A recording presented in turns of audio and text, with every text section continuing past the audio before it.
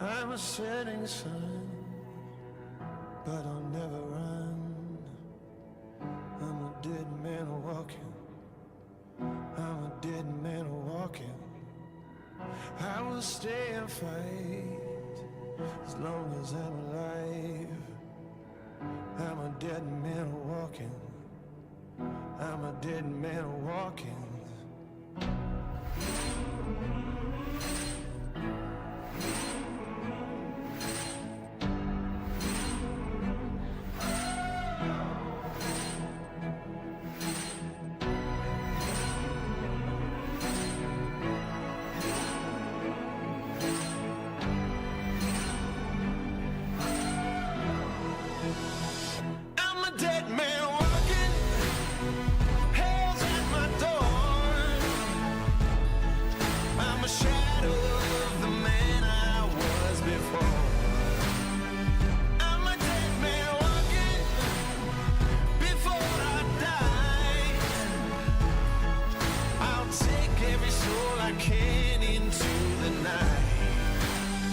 Kill till I die.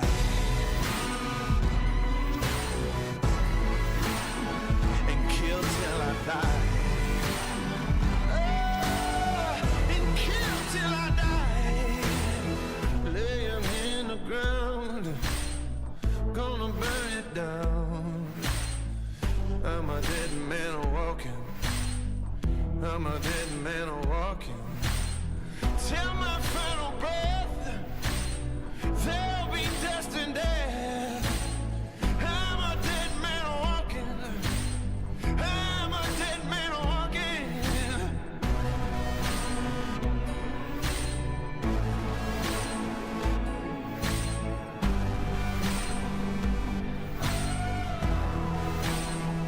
I'm a dead man walking. Hell's at my door. I'm a shadow.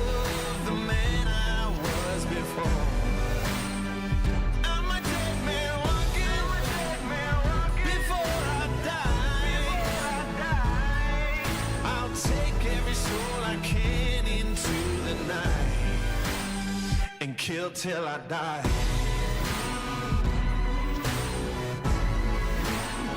And kill till I die.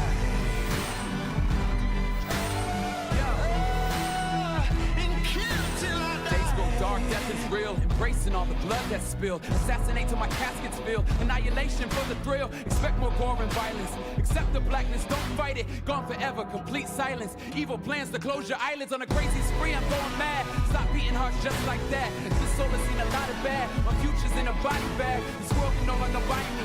The reaper's so close behind me. Its cold breath reminds me. The shadows of death will find me. Kill till I die. Hell's at my door. Hell's at my door. Yeah. I'm a shadow of the man I was before. Shadow of the man. I'm a dead man walking. I'm a dead man. Before I die. Before I die. Whoa. I'll take every soul I can into the night. Oh. And kill till I die. As long as I'm alive. Kill till I die. Take them with me to the night. I won't leave till you're laying by my side. You leaving where I kill till I die.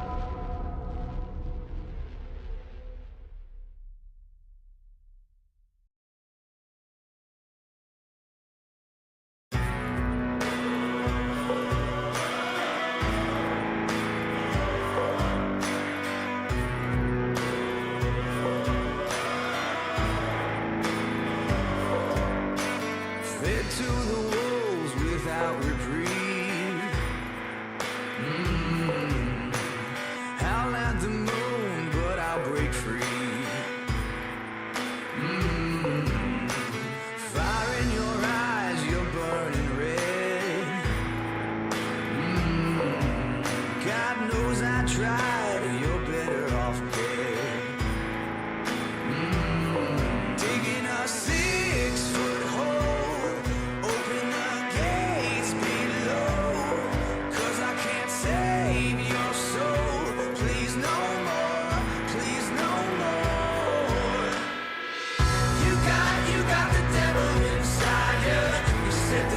on fire. You got the devil inside you, the devil inside you. You got the devil inside you. You set the church on fire. You got the devil inside you, the devil inside you. Days of rust, nights of rain. Kingdom comes with a ball and chain. Take my life, just not today. Spill your blood, there's hell to pay. Digging a 6-foot hole, open the gates below.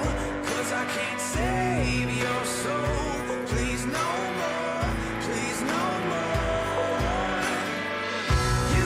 You got the devil inside you. You set the church on fire. You got the devil inside you, the devil inside you. You got the devil inside you. You set the church on fire. You got the devil inside you, the devil inside you. You got the devil inside you. You set the church on fire. You got the devil inside you, the devil inside you. Can't save you now. You got the devil inside you. You set the church on fire. Watch it burn it down. You got the devil inside you, the devil inside you. Can't save you now. You got the devil inside you. You set the church on fire. Watch it burn it down. You got the devil inside you, the devil inside you. Can't save you now. You got the devil inside you. You set the church on fire. Watch it burn it down. You got the devil inside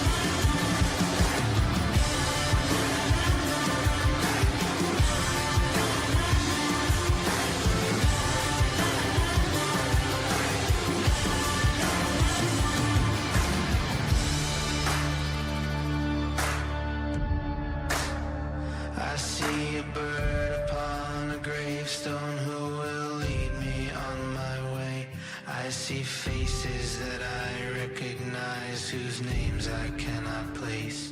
I'm a sinner in the worst way, so please I'm asking you, light a candle, say a prayer for me. There's nothing left to do, 'cause it's a slow farewell. I'll sing to you this lonely road straight to hell, 'cause it's a slow farewell. I'll sing to you this lonely road straight to hell.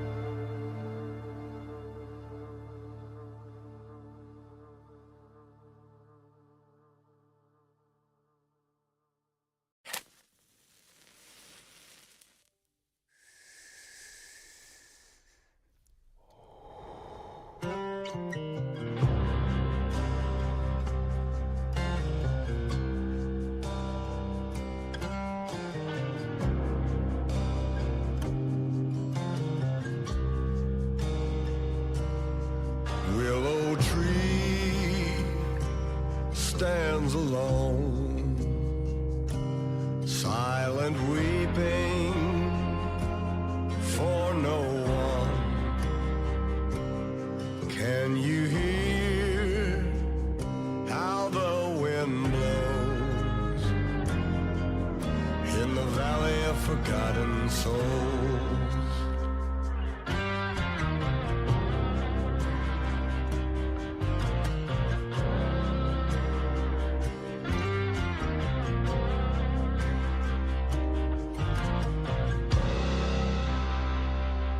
Time will wait for no man, haunting stranger, the devil's hand. Some mother's child never came home from the valley of forgotten souls.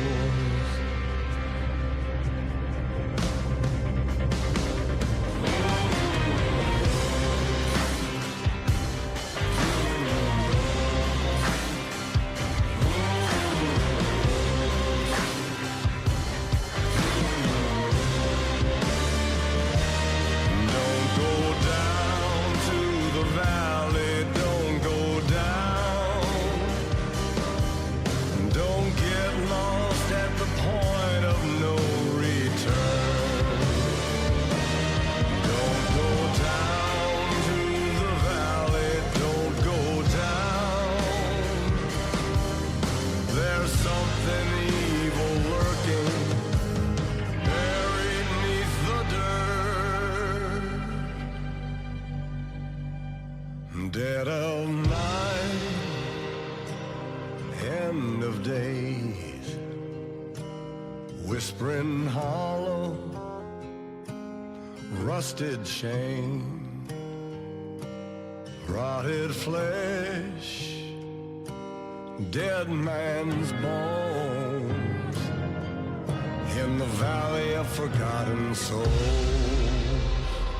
All good things to him. Holy water, raise the dead.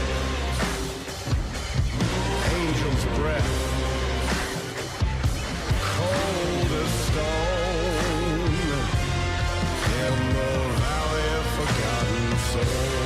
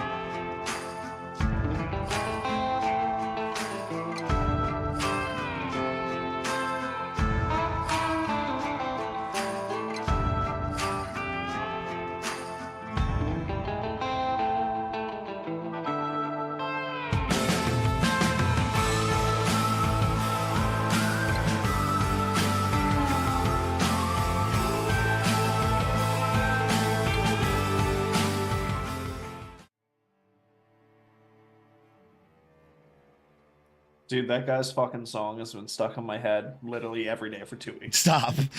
Big fan we got here. All right, so I need a roll, please. I think. Oh, change your name too, Eric. Oh, shit. Sorry. You fucking better be.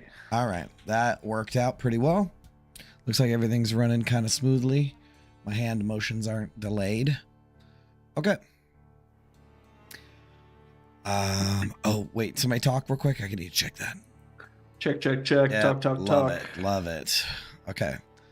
I'm going to start recording in 3, 2, 1. Welcome to The Descent. Who wants to do the recap? I can do it. Okay. So last session, we started with our meeting with Father, who brought us to a private tent to discuss the terms of the deal that he offered, which included giving supplies to the survivors in return for letting Matron Theresa give a weekly sermon. We talked about it in private, ultimately come to the conclusion that it's the lesser of two evils, although we did kind of start to suspect that maybe Father might be the old High Rider of Elturel, Ikaya. But he comes back in, we tell him we need to go talk it over with Alder Ravengard. We go back, we discuss it. He is basically for whatever we choose, so we gather the survivors together, and we basically tell them, this is the deal, we're going to take this, we are going to get supplies and protection in return. You guys got to listen to Matron Theresa, but they're vampires, so be careful. We also dropped the bomb that the companion was BS, and the people are not too happy about this, but they will have to live with it. We decide to take this information back to Father that we're going to accept the deal, and on the way there, we encounter some devil marauders, and after a blessed strike from the companion to blow up our cover, we combat these guys and pretty much just slaughter them. That's where we will pick up. So I gotta transition, do some music here.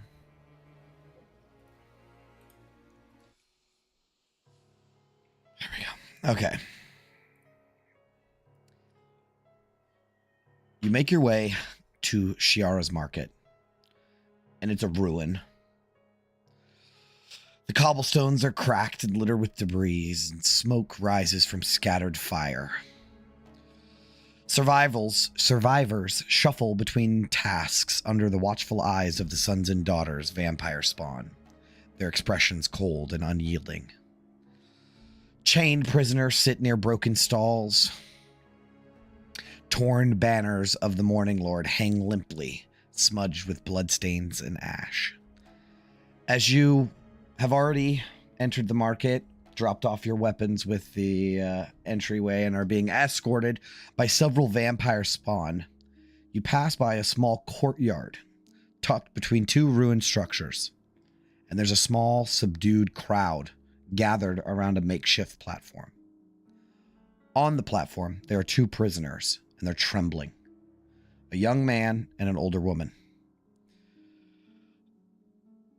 The young man, around them are Father's vampire spawn standing at attention. And at the center of the platform is Matron Theresa, the Veil, who raises a hand, and she gives a speech. My brothers and sisters, today we witness the mercy of the Morning Lord. These lost souls have strayed from the light, seeking to steal from the bounty he has provided us. They rejected purification, turned from salvation, and chose sin. But the Morning Lord does not abandon even the most wretched among us. Through their blood, they will nourish those who walk in his light. Their suffering will cleanse their sins, and perhaps, in time, their souls will find redemption. And some sons and daughters step forward, and they drag the prisoners towards the edge of the platform and tie them up to posts, and they will slit their wrists and begin filling a bowl with blood. And once the bowl is full, they'll pass it to Matron Tharissa, and the vampire spawn will begin drinking from their wrists. And Matron Tharissa will take the bowl and lift it high into the air.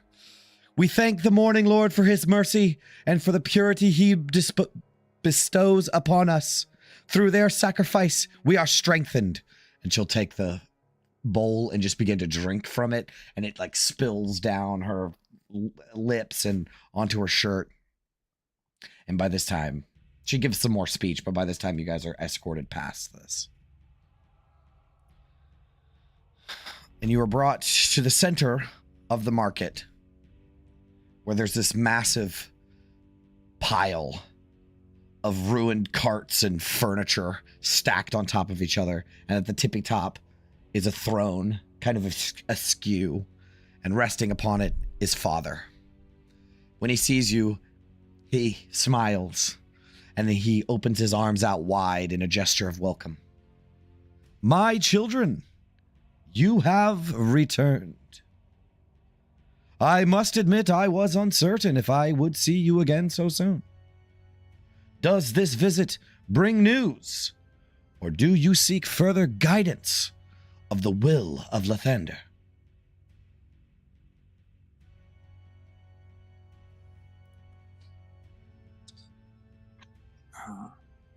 We have come to give our answer on your proposal.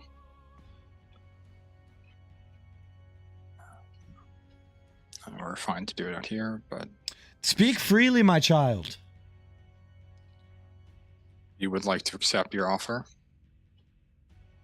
He smiles knowingly. You have made a wise and noble choice. The Morning Lord's light shines brighter for your decision. Together, we will bring strength and renewal to this city. You have my gratitude and my blessing. The path ahead will be difficult, but with his light to guide us, we will endure.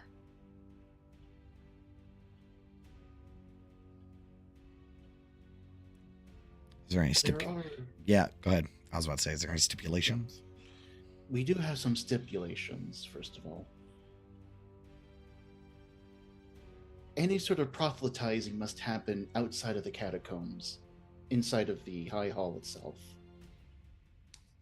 People will be free to come and go as they please, and they will not be forced to attend them.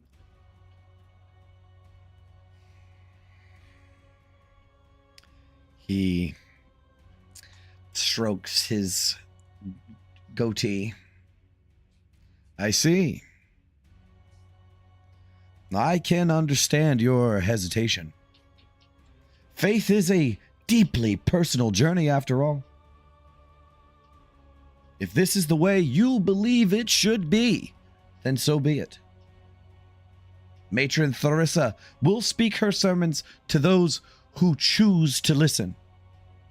And I have faith that her words will find their way into the hearts of that need them most, or those that need it most. But only to those who are willing and are not forced to them. Of course. She kind of looks at him like, come on. Of course. A shepherd does not force the sheep to drink from the stream, but he ensures they know where to find it. There will be no prejudice towards those who choose not to. Of course. Of course. Completely reasonable. I trust that the people in the High Hall will see the value of Matron Tharissa's wisdom when the time is right. Lathander's light always finds a way. Is there anything else, my children?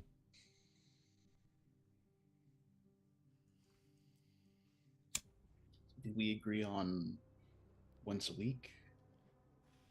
Once a 10-day, or? Are you asking him that or the group? I'm asking out of character. To the group. The group, right. Yes. I remember it was outside the catacombs. I think we wanted to do it once a week. What schedule is he assuming? That she's just gonna set up shop in the High Hall now? Do you ask him? Yeah, I'll ask him. Is Theresa to be stationed at the High Hall permanently? She will be overseeing the efforts from that end, from that side. Basically, like if he's going to send his men, he needs to send a general with him.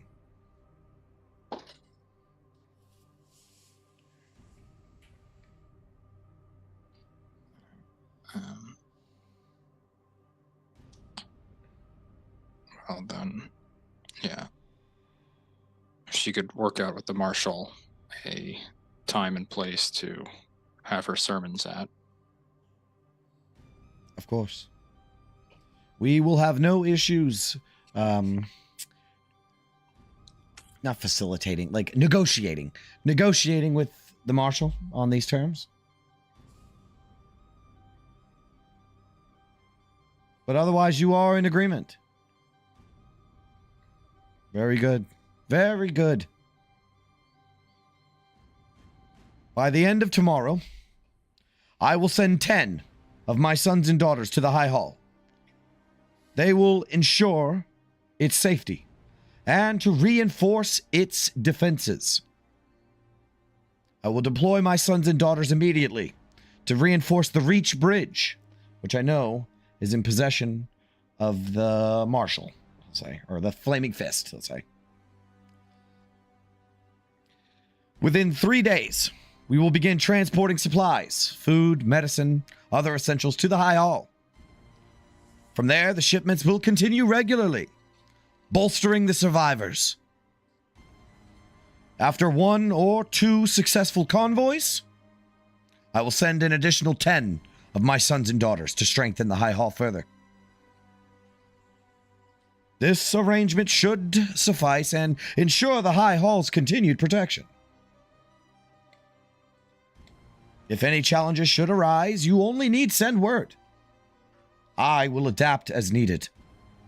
The Morning Lord's will guides us, and together is the only way we can bring light to this city once more.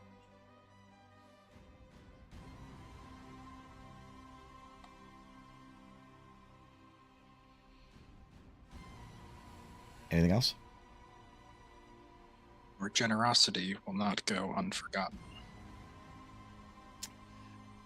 He says something about, like, I don't do it because of that. You know, like, I don't need anything. It's the Morning Lord's will. Stuff like that.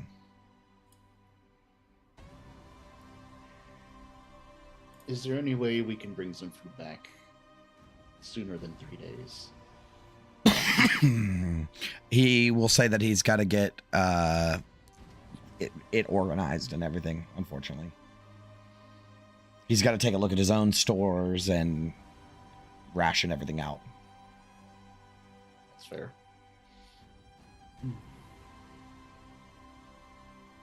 So do we shake on it? He will do that vampire shifty teleport quick movement, and he'll be right in front of you. And he will just do the deepest of bows and extend a cold, clawed hand. Me or August? Let's do Ophelia, because you said something about it. Yeah, great. It'll be the curtest of handshakes. Sure, absolutely. He's freezing cold. When you touch him, it's you're in hell, and he is cold to the touch.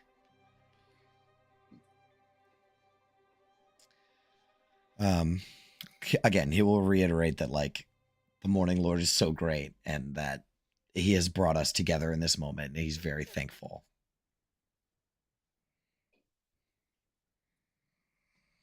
Anything else?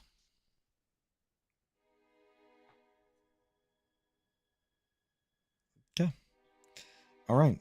You guys are going to be escorted back out if there's nothing else. I don't think there's anything else we can do. Okay. While you guys were having this conversation, those of you that weren't like active participants will have noticed that some of the survivors here took notice, and were just carefully watching. Some of the vampire spawn also kind of came out of the woodworks to watch this interaction. So everything was heard by everybody, basically. All right. Anything else in Shiara's market?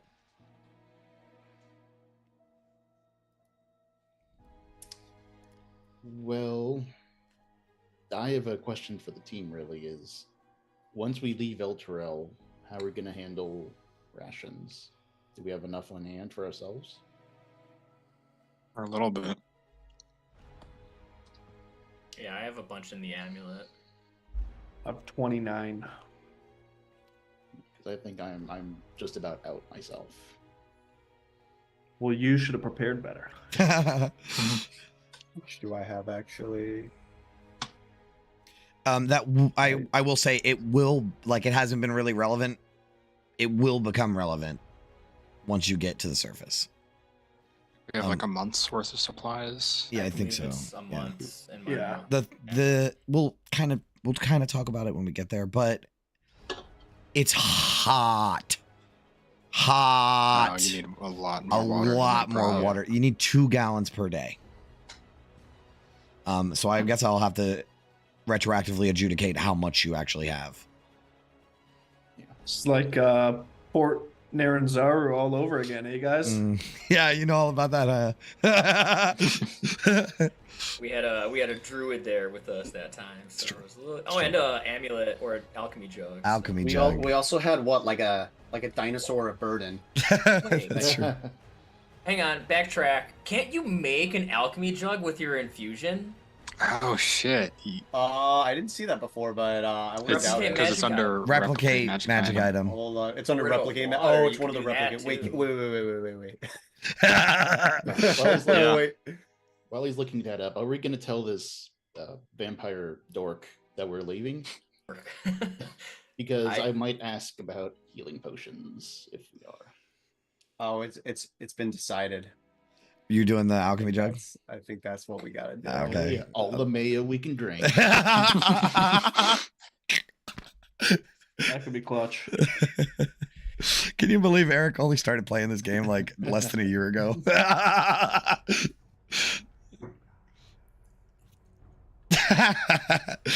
Okay.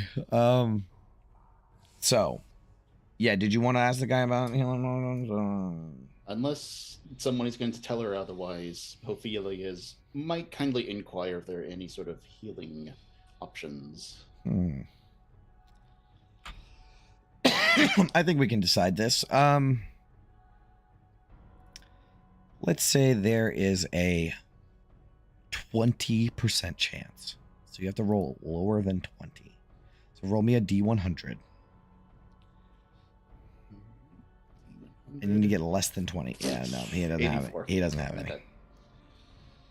That's fair. He doesn't have much need for it or his people, because, they regenerate. So,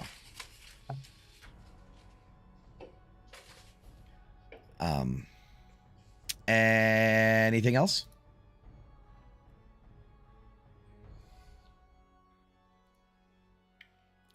All right.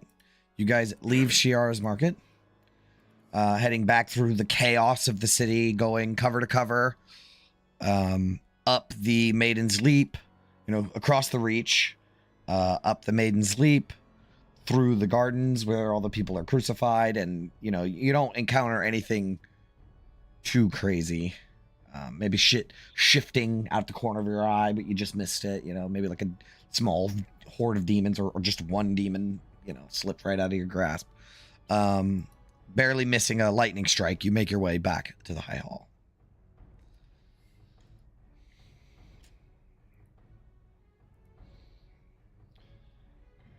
What's the plan? Do you want to talk to anybody? What do you guys want to do? Wait, did you guys wake up in the morning and do this? No, it's like the afternoonish because we woke up in the morning, met with him the first time, went back. So it talked is to the like survivors, almost came nighttime. back. Yeah. It's late. Well, first, we deliver the good news. Some news. All right. Do you want to speak with Raven Guard? Yeah. Okay. He's currently in the meeting chamber area. Just sort of. I would say brooding, but that's not. It's more stress. But he's just alone.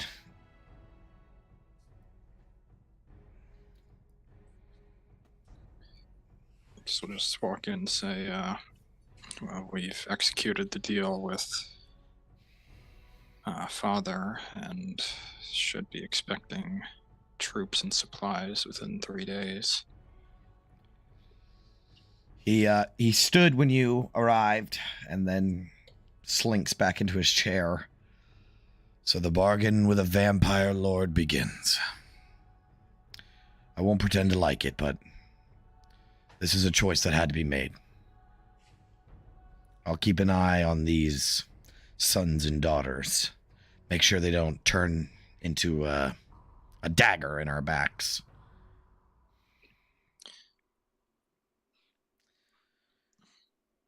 They have tentatively agreed to hold their sermons outside of the catacombs. Good. Good. It's hard to trust this vampire's deal, but hopefully they hold to their word.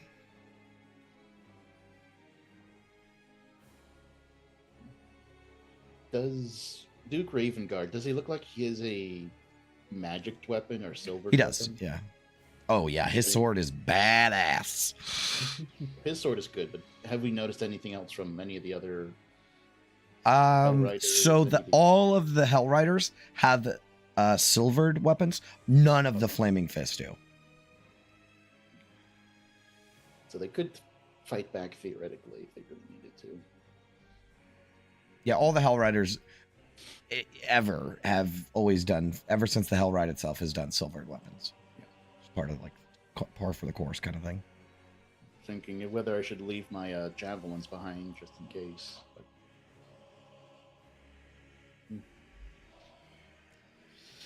But... My biggest concern with leaving is them immediately trying to charm Ravengard. Yeah. Not much we can do about that, unfortunately. Even Ravengard knows that, like, if they do turn on him, there's not a lot they can do.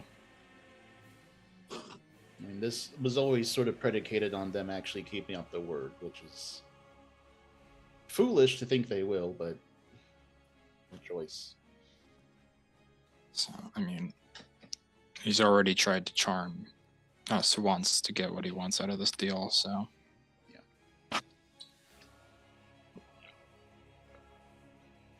Do you think Faria might have anything against charming? I mean, I know she did possessions, but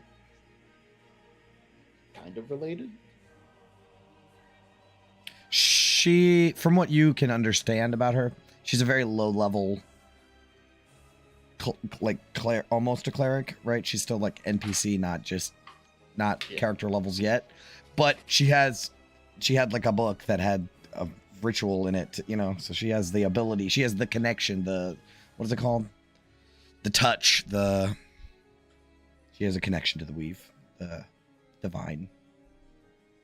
But yeah, we don't have anyone who could like establish any telepathic connection, right? That would be my only idea. I thought Maybe if something was going down, you could send like a quick warning. I don't think so. Yep. And even so, we'd be thousands of feet away. Like, Yeah, it'd be like, okay, here's something to stress about while you're away. yeah, it's better if we don't know, to be honest. Ravengard, I imagine you're kind of having this conversation a little bit in front of him. Maybe not the exact terms, but a similar conversation.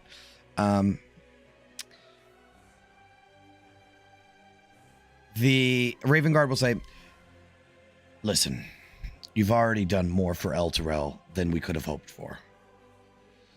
You've earned my trust, if not my comfort, with this arrangement. There's really no more time to dwell on it. The longer we delay action, the more ground we lose in the fight. You've dealt with Father and addressed the issues of supplies, and that's enough for now. We need to focus on what matters. Finding that sword. Torm himself tasked you with this mission. It's not just this city's fate that hangs in the balance, but the fate of every soul bound to it.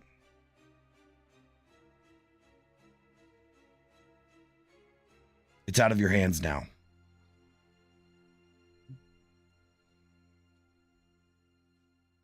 Yeah, we've already shook on it, so deal's a deal.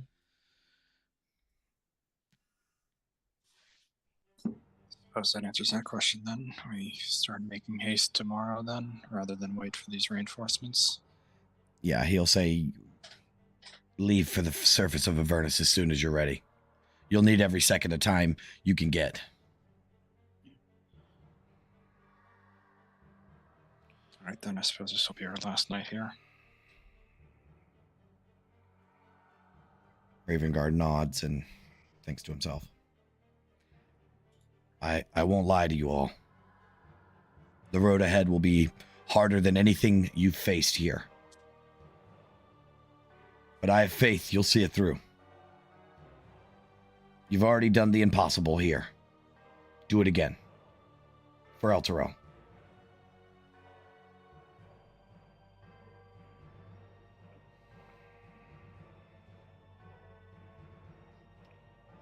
Speak with me again before you depart.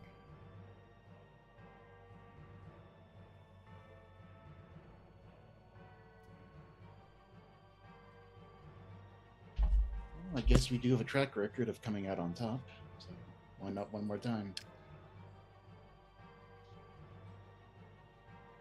Is there anything we need to do tonight to prepare, or just say our goodbyes and get ready for the Great Leap tomorrow?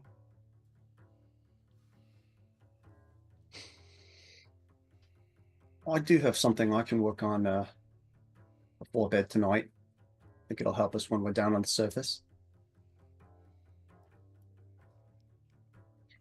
I can do some prayers, see what sort of powers can come aid me.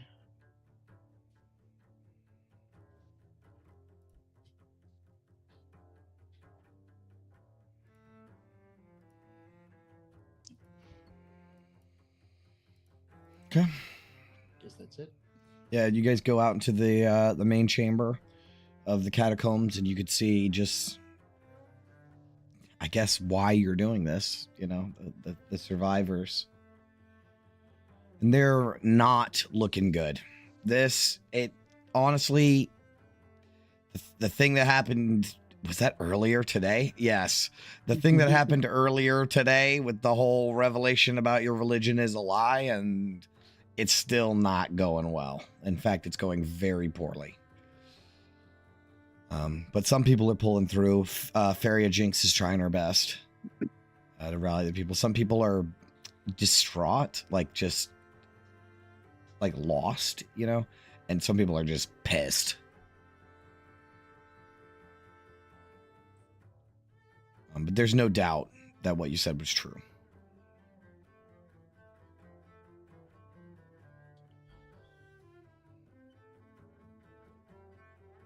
No, not to minimize the rest of it, but that can be the worst part of a crisis like this. It's just all the sitting around doing nothing.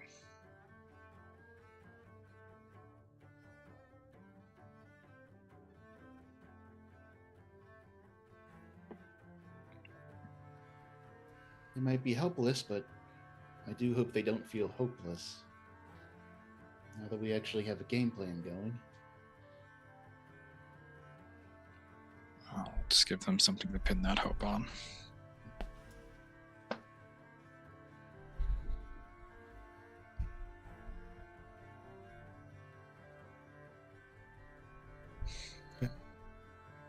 Is there anybody you guys want to talk to, or I mean, like August hinted at earlier, it's basically your last night in hell, Terrell, before the descent into Avernus. I have a question. When we first got here, and we met with Ravengard, and we told him all of the shit that we did, topside, and like, did we tell him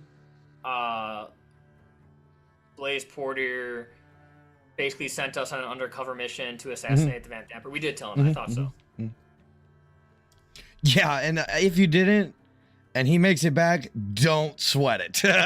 Like, you've done a lot for the Grand Duke of Baldur's Gate. Yeah. Well, that's fine. I just want to make sure that we did indeed tell him before I went and talked to him on a private matter. Oh, I see. Yes, you did. It's an old law, but it's still in the books where if you save the city, you can legally kill like one person. True. So True. Oh, how many times are we going to save the city? Got a couple people on that list. Yeah, well, if no one else is doing anything, if I could find the Grand Marshal. Yes, of course. And I'll just talk to him real quick and just be like, excuse me, Marshal, for a few minutes of your time, hopefully. Of course. Fist Idalia. What can I do for you? When I joined the Flaming Fist, it was to find my father, who was in the Flaming Fist, but no one I've ever came across has ever seemed to known who he was. When we were basically sent undercover by Blaze Portier, I would assume that if we had failed, that our names probably would have been scratched from the record. Had you ever come across a member of the Flaming Fist named Idalia? Probably a Blaze or a Gauntlet or something. I'm sorry, but I don't know. There's a lot of fists. Not any blazes in my time, though. I do make an effort to know the blazes, but Yeah, it might have been a Manip, but I don't know. I'm not sure.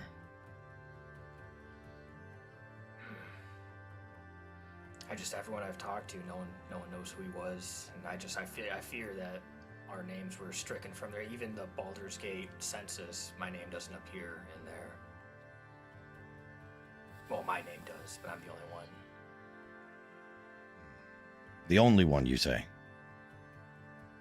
Yes, yeah. No one else in the entire city of Baldur's Gate has the surname Idalia. Not according to the Baldur's Gate records, census data from what I have looked through. That's very strange. Even if you're not related, similar name, it's not uncommon. I was the only one in that. Oh, hell yeah. Okay. I was the only one, Marshal, and that's why I fear that something happened and our names were stricken from the census. He will sigh and he'll say, I joined the Flaming Fist because I wanted to bring good to the city. I wanted to do good. Flaming Fist doesn't always prioritize good. And it's most of the time out of my control.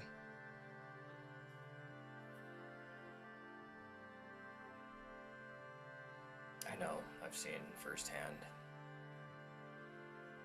some of my, fellow Brinks doing some really bad shit, but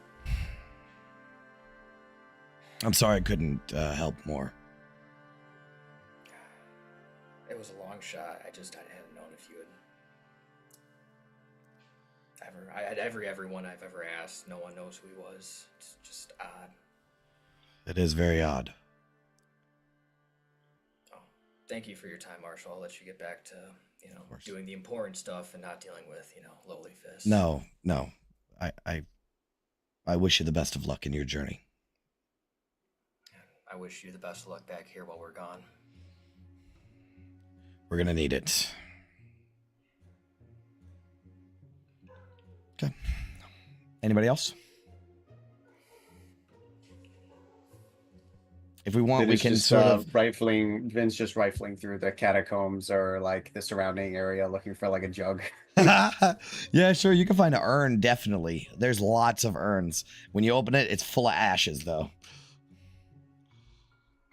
Yeah, she'll do her thing, clean it up. Sure. The ashes, ugh, that's a little. You're in a It is what it is, catacombs. we gotta do what we gotta do. Of course. And you can carve your little runes in it and tie your little magic rocks around it and put holes in it and stuff. So yeah, you can start working on that for sure. Yep. Okay. We can sort of fast forward time a little bit and say it's like getting to be nighttime.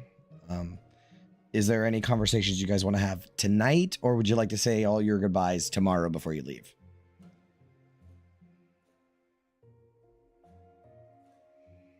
Nothing for me. Doesn't matter, but I would like to say goodbye at some point to Hamilton and Feria. Of course. Okay. Would you like to do that in the morning then? Yeah, probably. Okay. So we haven't done this in a while, but it feels like one of those sessions. Let's do a Tales by the Campfire. Ooh. Just because I'm feeling frisky. So we get the scene where you guys are all sitting around a small fire in this catacombs. The ventilation is poor, so this whole place has been smoky like this whole time, basically, since you guys have begun. But we pan around and see the party, Lulu sort of flying there. You're eating whatever soup Vin has prepared as Vin's tinkering away at their little pot that they're working on. And I'm going to assign everybody a number. So let's do it backwards. Let's say Tanis, you're 1. Vin, you're 2. London, you're 3. No, I can't make Ophelia 4 because they'll be in the middle. I'll make August 4 and Ophelia 5 because Ophelia went last time. 1d5. 1. That's Tanis. Yeah. All right. Do you want to roll for, what is it? Love, pain, loss, gain? Love, pain, loss, gain. You want to roll for it or you got one? I don't care. Let's go with my favorite one. Yeah, actually, go. Just go. Yeah, I mean, me, edgy, it's pain. Okay. All right. So we pan around and we linger on Tanis for a moment. I just spoke with the marshal.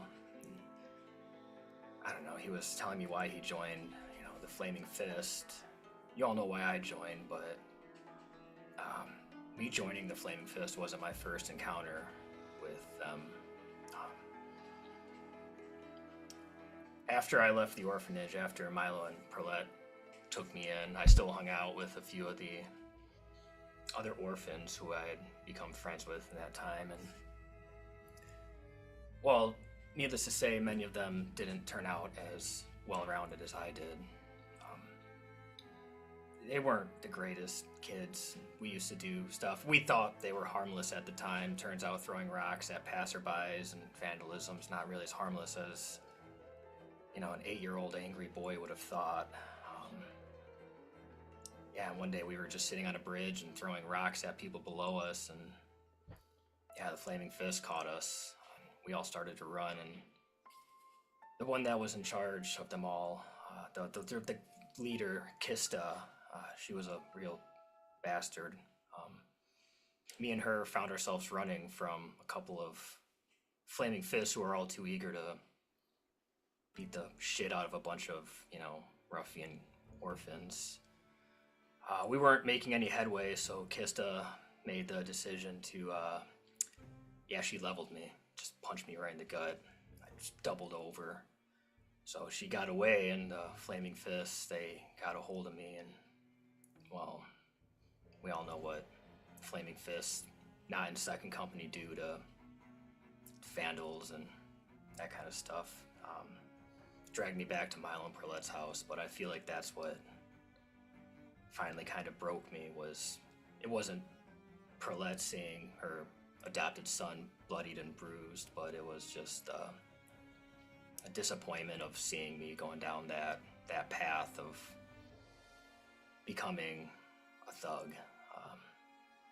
So I never saw Kista again. I never tried to look for them or seek any revenge, but I feel like it was when I realized, everyone has a choice in this world on what they can be, and I kind of made mine then. So that's why if you ever think that I showed too much mercy on people who aren't deserving of it, just sometimes I look back and see just, a broken child who had nowhere to go to turn his anger. It's very noble of you, Tennis. I can imagine how easy it is to succumb to the shadows, fall into that sort of life growing up, given the circumstances. I was angry. I just lost my entire family, and at that time I didn't have any love for Milo or Perlette yet. All I wanted was just to find a way to take my anger out on the world. It's just not the healthiest outlet sometimes. You could have done the same, London, but you turned out all right. We all have our reasons for being angry at the world, but none of us are, so. Was more scared than angry, I suppose. Just happy to make it through any night. It's a blessing when Django here came to keep me company. It was many nights cold, alone, crying in the rain. We all make our choices. Lulu will take the pin with her trunk. She'll take the pin that you guys have given her off of her little ribbon and look at the Flaming Fist badge that she has and say, "The Flaming Fist beat up little kids." Sorry. Ruin this grand image. I thought we were the good guys. Wait a second. Are we the baddies?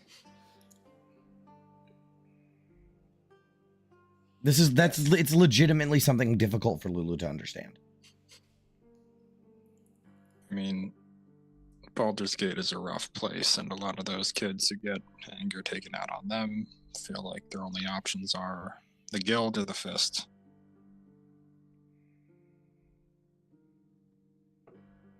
Desperate, alone, betrayed. You made the right choice, Tanis. It must have been quite hard for you, but I'm glad you came down this path. Choice was easy once I saw Perlette, but the path, not so much. It takes a long time to break that anger. But As I have long to as say, you... Go ahead, Vin. I wish my father had more redeeming qualities like your Milo and Paulette. Perhaps I would have gone down some different paths if that were the case. But I think even if he was a good father, I think I still would have most likely ended up here. I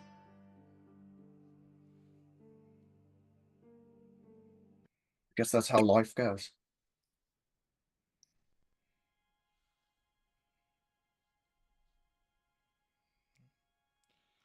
was your father, you say he was a good father, but everything you've spoke about him, he seemed like not to be rude or offensive, but kind of a bastard. Gambled away the family's money and got in with the wrong people. I'm just curious, not trying to insinuate anything. That's what I mean. I wish he was a better man. He wasn't cruel. He wasn't abusive, but he was a very flawed man, and I think he cared too much about the pursuit of quick wealth, quick solutions, and he didn't pay any mind to me when I was younger. I would just do my own thing and make my little inventions, and well, he never really sat me down and told me wrong from right. I suppose I had to learn that myself the hard way, truly. So I guess you could say he was a neglectful figure in my life. My mother was better, but well, after he died, she changed. But I would say he wasn't an evil man, but I suppose looking back, he's not a good man neither.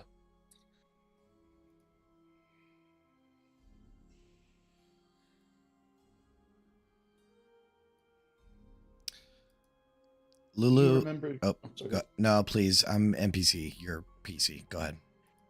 Do you remember anything about your parents, Lyndon? Sorry, just welling up. I'm very little, maybe a few snippets, but I was so young I can't even remember if they were true memories or perhaps just the gaps I'm filling in. I recall life being good enough in Idle Glen there, just a simple, quiet town. A warm bed and a roof overhead. A prized egg that was always passed down from generation to generation. But I can't honestly remember much more than that. Perhaps the trauma of the Knolls starts to push those memories away.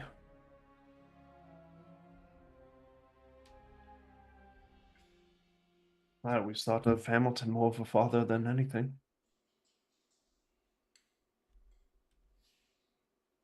What about you, August? Good father, bad father, good upbringing?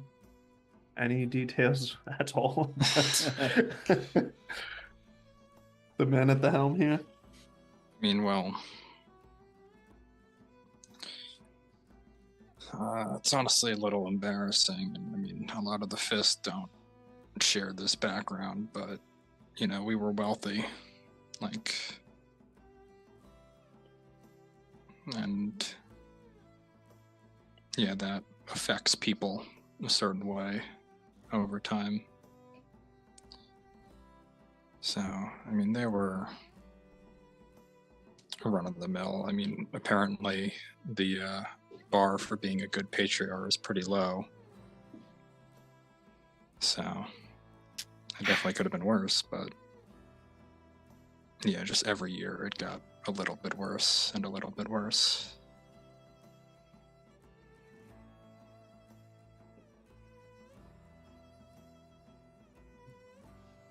So were you raised in the upper city then?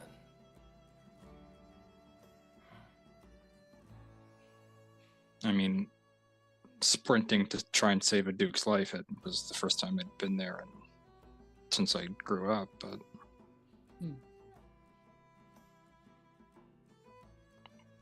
Pardon my crassness, but what snapped you out of it, so to say? You know, when you reach that age and you realize your parents are people, and they're not these, I don't know, esoteric figures, that you realize they should be held to the same standards that everybody else is.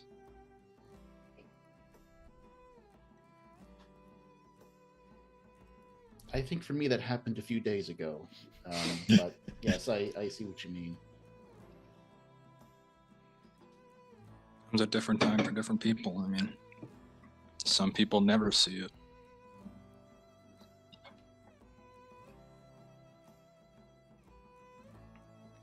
I still don't know if my parents are even real people. I'm starting to think I was maybe just fell out of the sky at this point. I don't even know what esoteric means. Lulu will say, I don't even know if I have parents. There's not a lot I remember from that long ago. You must have come from somewhere, Lulu. If I try to search my memory, I feel like I might be very old. But I can't remember.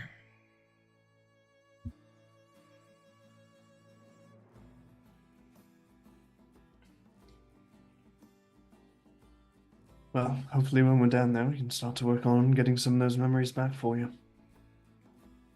I'd like to remember things. And you're definitely older than all of us. I'm the oldest in the group? Might be the oldest in Elturel right now, if you're that old. I think that means you're in charge. Listen to me, I'm the gauntlet now.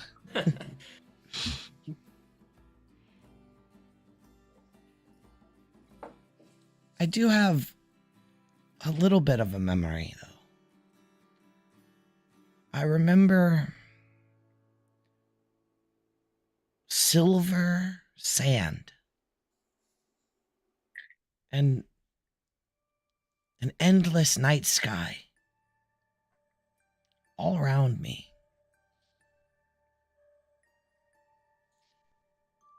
I remember I was with someone that meant a lot to me.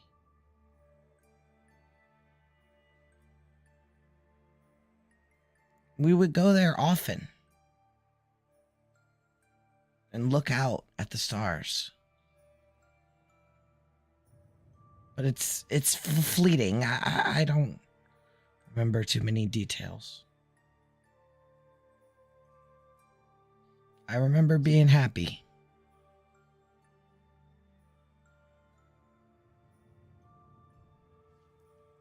I think that was Zariel. Maybe. I don't know.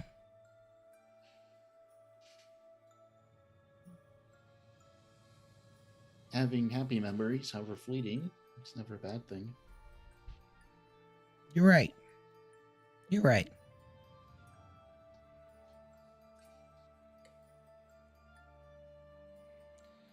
You learn the importance of memories when they're all gone. So I think that all of your memories, even the bad ones, are still important.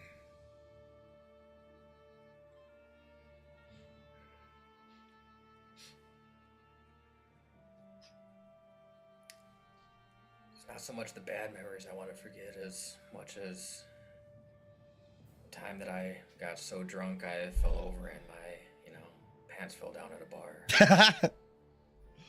I think that goes pretty firmly in the bad memory category. Embarrassing is what I was going after,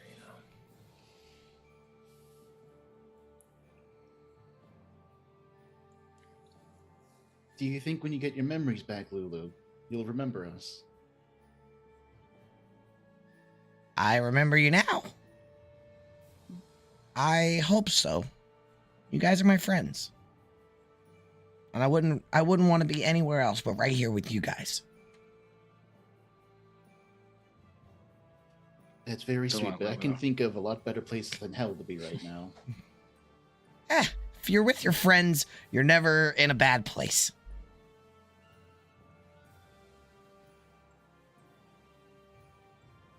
She is definitely Something. optimistic. Yeah, even when you're literally in hell.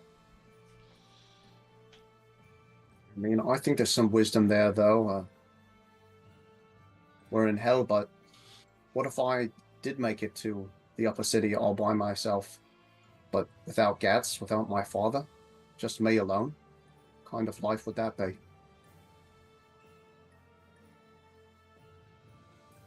It's pretty lonely out there.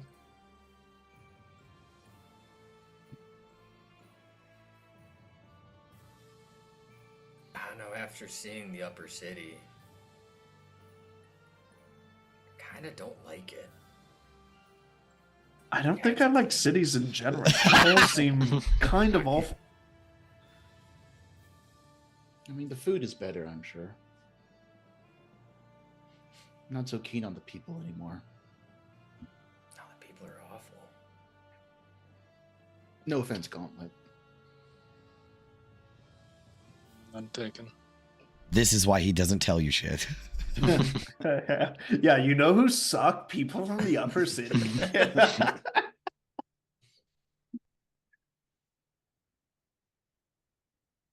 So, so Vin, this whole Featherfall spell, is that something you need to practice first, or how confident are we feeling? I think after I was dropped by a wormling, I think I got the hang of it. Want to jump off the top of the high hall just as a few practice jumps, just to, really not a whole lot of margin of error. This one. I mean, I would just say we go for it. Like I said, it's not like this is literally the first time I'm doing this. Yeah, but can we at least like tie ourselves together so nobody drifts away? That is a valid concern. Should have enough rope. That would be unfortunate if we get picked off and carried away by some flying devil. I didn't think about that till just now. Dude, you know what would be sick? A combat where we're falling and we have to fucking fight shit as we're falling down to stay together. I considered it, but the mechanics of that sounded incredibly difficult. I mean, it'd just be like our. I considered it because it would be sick as fuck, but narratively, narratively, I couldn't work it in. So, Dungeon Master, can I ride my horse down while we fall? Oh, good question. Can you? No. Question. It would not be worth it. You can just summon your horse, can't you? Yeah, well, yeah. I don't have to write it down. Oh, okay. You just wanted the mounted combatant in the air. Aerial cavalry combat. Got it. It'd be pretty cool if you did. God damn it, guys. All right, fine. Let me work up a battle map. All right, let's take a break.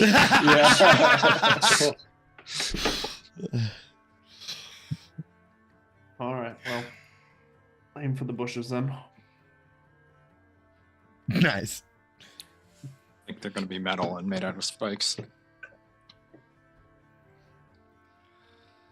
We still haven't the faintest idea how we're getting back up here after we descend, eh? Besides climbing the chains, I got nothing. Unless we can learn a few new spells or find someone who can get us up. Worst case scenario, we can hopefully trade passage with a soul coin. Sure, some devil would be willing to take us back for that. Then you will just hear the faintest whisper in your mind coming from the shield that's like, I can totally hook you up with that if you need. VIP, first class seats, all the way back up. All the way back up. No problem. I think we'll be fine, guys. I think we'll be fine. I have a feeling.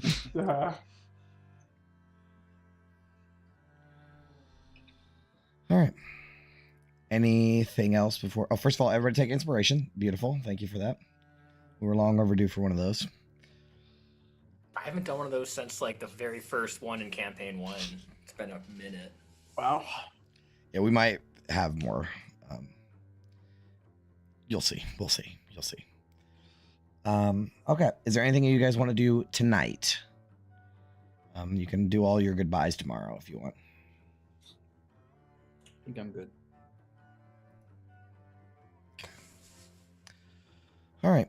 So you guys get a long rest.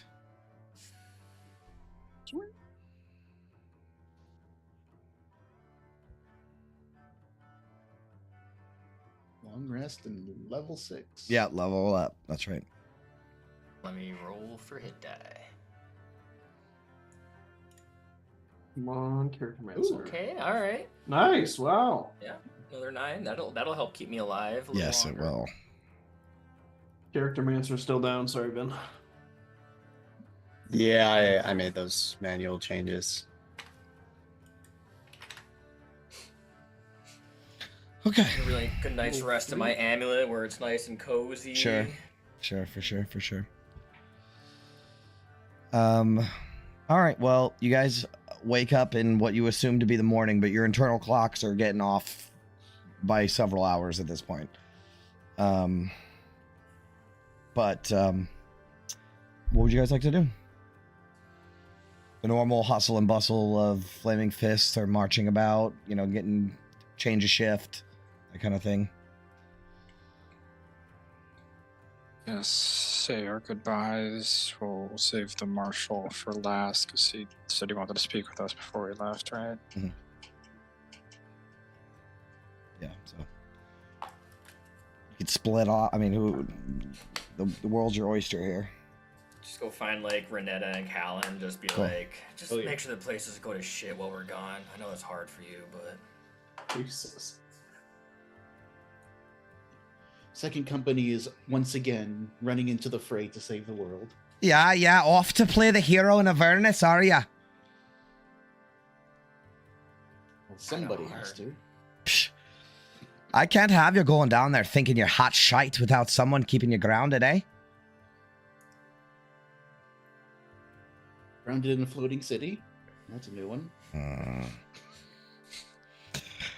try to stay alive while we're gone. We're not gonna be here to bail your ass out again and again.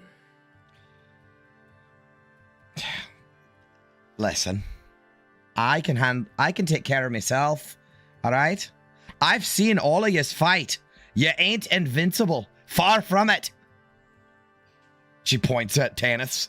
I learned a few new tricks while, I was gone. Yeah, well, I'll have to give you that you have guts.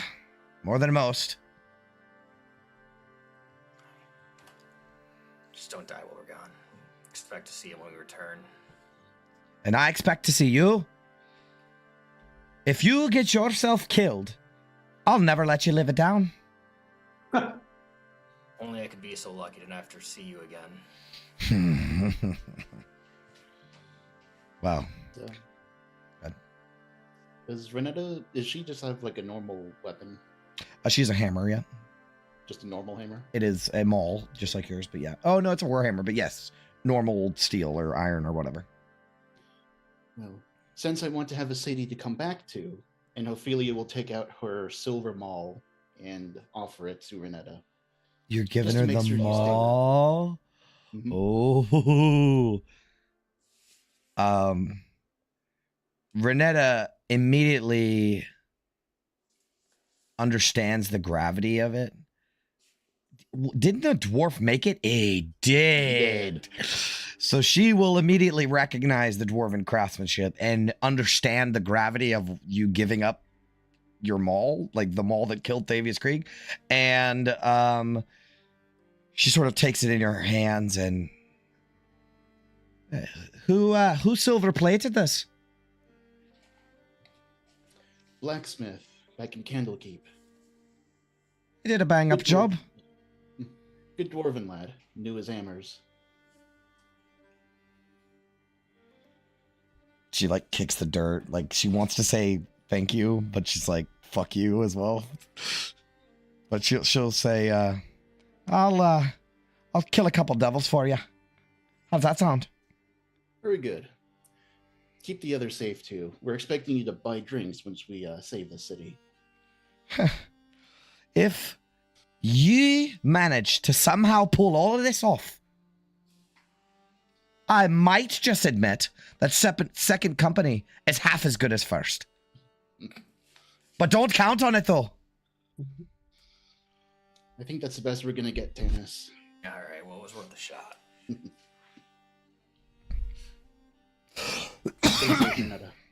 Yeah, and don't screw it up. I'm expecting you back in one piece so I can keep reminding you who's the better flaming fist. We have ourselves a deal. Good luck. safe. You guys can part ways with Renetta. God, I love her. I'm gonna miss her. It's good voice too. That's an awesome So voice. says the marshal. I fucking love that. All right. Anybody else? It's just. Oh god. I was gonna ask a quick out of character question. Mhm. Roving, is it 5 feet in the old rules and 10 feet in the new rules? That's what I saw today. Yes. So are we still using the old rules then? Okay. Just gonna copy this over. 2 more months, I think. I too will just I think it's manually March, update right? my- March. The end of March, I think, is when the new book comes out. Right? Pretty sure. Mid-February. Oh, mid-February? I thought it was March. Oh, okay, awesome. So maybe Are they sooner. releasing it World 20 same time or? Yeah, I coming out think. a little bit Yeah, I later? think it's the whole thing. Sweet. I'll need a minute to familiarize myself with the book, but yeah, I mean, we can switch over. Y'all are just gonna have to learn the rules more than me, because y'all are gonna have to help me, because I don't know. I know you guys get new cool shit, but I don't know how any of it works. I am so fucking excited. Lay on hands is a bonus action now. Oh, what? Oh my god! Shut like up. they Are you like serious? paladins Yeah. needed more shit. That's Yeah. bullshit. Well, now their smite is a bonus action too. Or what is it? can't Yeah, Slice right. be counterspelled now too, as well. What? So yeah. Counterspell and a smite? Oh, Yeah. baby, I can't wait for that shit. And doesn't counterspell work differently too, where it's like it's not a roll Yeah, off? the target makes a saving throw. Saving throw. Oh, Great for me. Oh, yeah, that's true. Oh, this is great. I can't wait to get into this. I'm gonna have to learn all the new. I'm gonna have to learn all the fucking mechanisms though, because now I got all the mechanisms in this system. I gotta learn all the new mechanisms. Every devil's gonna come equipped with counterspell. You bet. And they're gonna have non-counterspellable abilities too. That's like a thing that they were making sure they added to the monsters. All right. So anybody else you guys want to talk to? I do have I do have this like quick Vin scene like picture Yes. in my head where she's like, she'll kind of like get into the center of the room with the you know the people in the catacombs or Sure, whatever. sure, and she's sure, just sure. like, everyone, may I have your attention for a moment? Sure. We'll be getting lots of food and supplies soon, and though it will be much better than what we've been dealing with, there's no need to just eat straight bread and meats, poorly cooked. All right, raise your hand if you think you are one of the best chefs among us. Come forward. There's a long hesitation. Some person like puts up their hand, and then maybe like 2 or 3 people like kind of raise their hands. Yes, come forward. Okay, a couple people shuffle forward. Now, I'm sure you know plenty of recipes already, but how much do you know about cooking with mushrooms? And then she'll go over like the mushroom Then we farm. gotta go in 45 minutes. Very important, all right? This one's good with meats. It gives some aromatic qualities. You don't even need any herbs if you use this one. This one just straight up tastes like chicken if they don't really have meat. And then just She gives them the whole whatever. spiel about it. So, like one of the I think it's there's probably like a person that was a chef, and then like a mom, and then like some dude, and the Yeah, mom that is the sounds one about- that's like, I got you, boo, I get it. It's the mom. Yeah. There we go. Okay, cool. That's it. All right, cool. You already got inspiration, didn't you? Everybody take it just in case you didn't already, but I would that's an inspiration worthy moment right there. All right, anybody else? Yeah, just like talk to Roland. Like, Okay. nothing specific, just like it's gonna be fucking rough. Yeah, actually, so I here's think what we got a shot. Here's what happens. I think after the encounter with Renetta, she will say, "Oh, and man up Roland, he wants to talk to you, Gauntlet, and Tanis." So you guys can go find Roland. He's outside somewhere doing outside stuff. And he's faced away from you as you approach. And without looking, he just says, August, Tanis.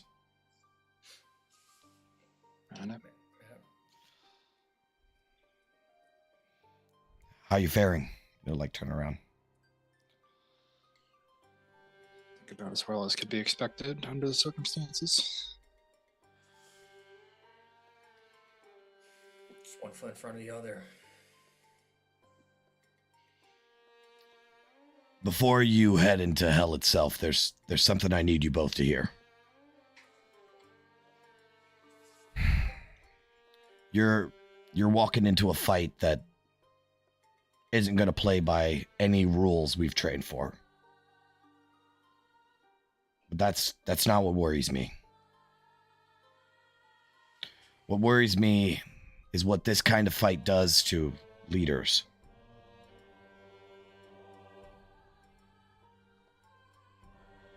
Elderfire, you're one of the best fists I've had under my command. You've got the skill, the instinct, and the courage to do what needs to be done. But you've got a flaw, my friend. You put everyone else first, even when it's going to cost you. That's noble, sure, but it's dangerous. You can't lead if you're dead. Remember that. And Tanis, that's why your gauntlet needs you. You're his fist first rank. He needs you to watch his back, because he'll be too busy watching everyone else's. He's got a squad to lead, and it's your job to make sure he's still standing to do it. Do you hear me? Yes, understood. Protect him, even when he doesn't ask for it. I will. I know you all will be far from Baldur's Gate, far from the Flaming Fist, but your rank, it doesn't stop at the city walls. And neither do our rules. You represent the Fist, even at Avernus. Remember who you are and what you stand for.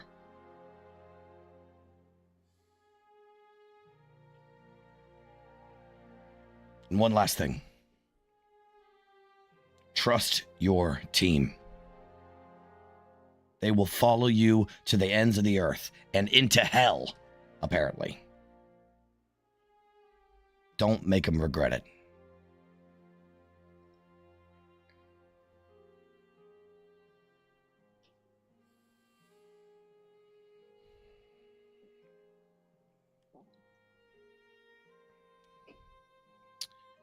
Understood. And we'll make the Fist proud, or we'll die trying. You look after each other and come back in one piece. That's an order.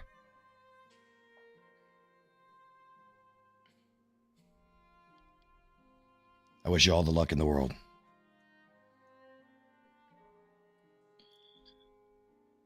Godspeed here, because I honestly think we'll have the easier task ahead of us.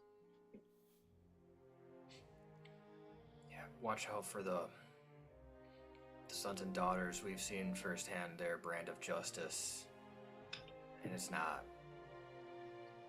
pretty.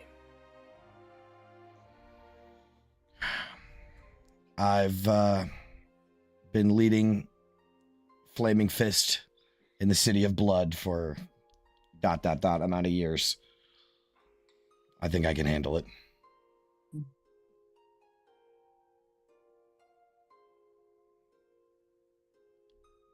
Marshall, I don't think anyone stands a chance against Juice Twos. We'll hold it down here. Don't worry. Focus on the task at hand.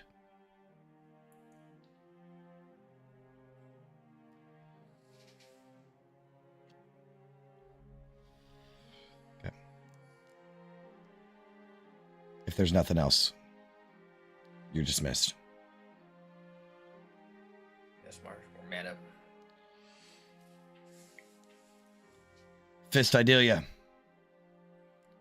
If August gets himself killed, I'm holding you responsible.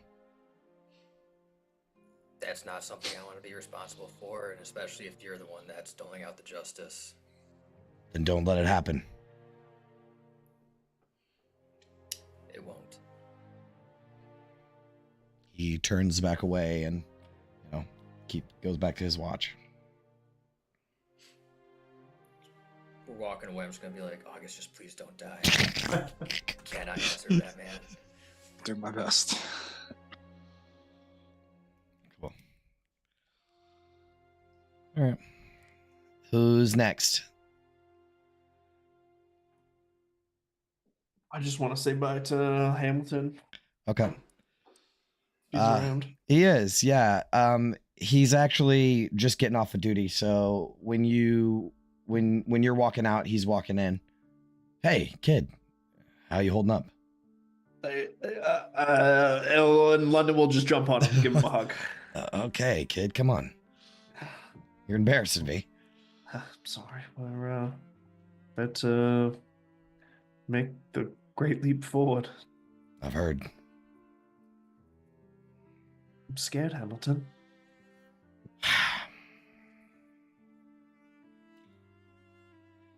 You've come a long way from the scared little kid I first met. Back then, I had my doubts if you'd even last a week. But now, hell, I'd put my life in your hands. I am. I think we can hold our own against any foe that comes across our path, but what if once we're down there, we can't find our way back here? Can't find our way back home?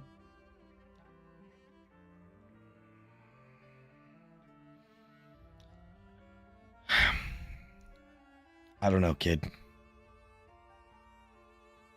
You're about to step into something worse than anything I've ever seen. Avernus won't play fair, and it sure as hell won't let anyone out unscathed. But you've got strength most people don't count on. And I'm not talking about your aim. I'm talking about what's in here. And he pokes your chest really hard. Anyways, there's something I've been holding on to.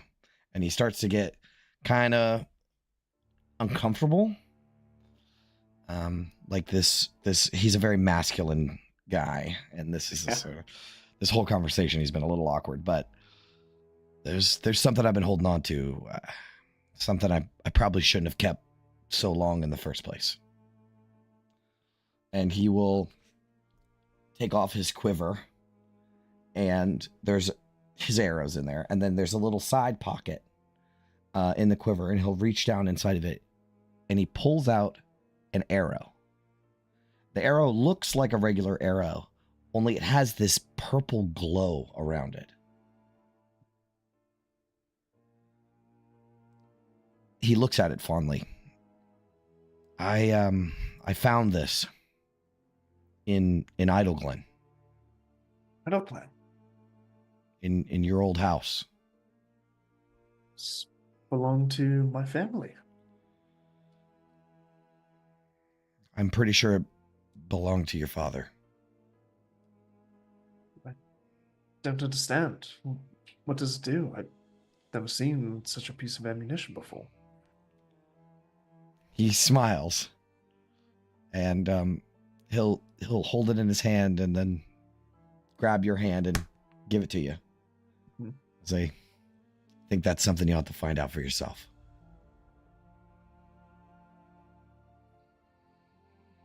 It wasn't my place to take it, I know, but I kept it anyways. Glad you did. Thank you. I'm just good. Did you ever think someone from Idleglen would make it so far away? Kid, I thought you'd be dead in the woods when you were 12 years old. Yes, you keep saying that. I'm just glad it's back where it belongs. Your father, he'd be proud of you. I know I am. He sort of kicks rocks. Then he pushes you really hard. Don't let it get to your head. I'm sorry. Hamilton, my father, the company we were just talking around the campfire last night. My parents were they good people?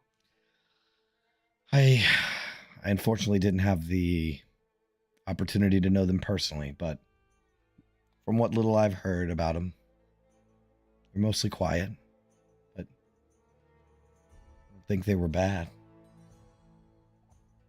I'd like to think that they are good. Of course. Well, thank you, Hamilton. I'll hold on to this, and I'm sure I'll think of you every day down there. Make sure you're safe up here, too. That's until the Creed Resolute's destroyed. You have a lot that hangs in the balance as well. I'm not worried. And he'll put his arrows back on, his quiver back on. Can I ask you to do one more favor for me, too? Anything. The acolyte, Feria. Would you mind keeping an eye on her when she's here? He raises an eyebrow. She's stronger than she looks, but I fear she may be as susceptible as any of them to be corrupted by, well, new friends who are going to be keeping watch over this place. Can I ask you something, kid? Yeah, anything. Is this a professional favor because she's the High Overseer of Elturel, or is this a personal favor? Bright red. Immediately, no poker face here at all. I've never really felt like this or found someone that's kind of enveloped these sort of emotions. He punches you so hard. London's in love. Oh, this is rich. Oh, this is great news. Just a little extra encouragement to come back in one piece, eh? I'd say. Well, I'll keep an eye on her for you, London. Thank you. But she finds somebody else in the time you're gone, and they shrugs.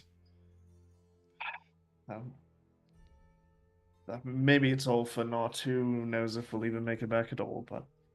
You'll make it back, kid. Thank you. Now go do what you need to do. I'll hold the line here. Cheers. We're gonna head out any moment now, so...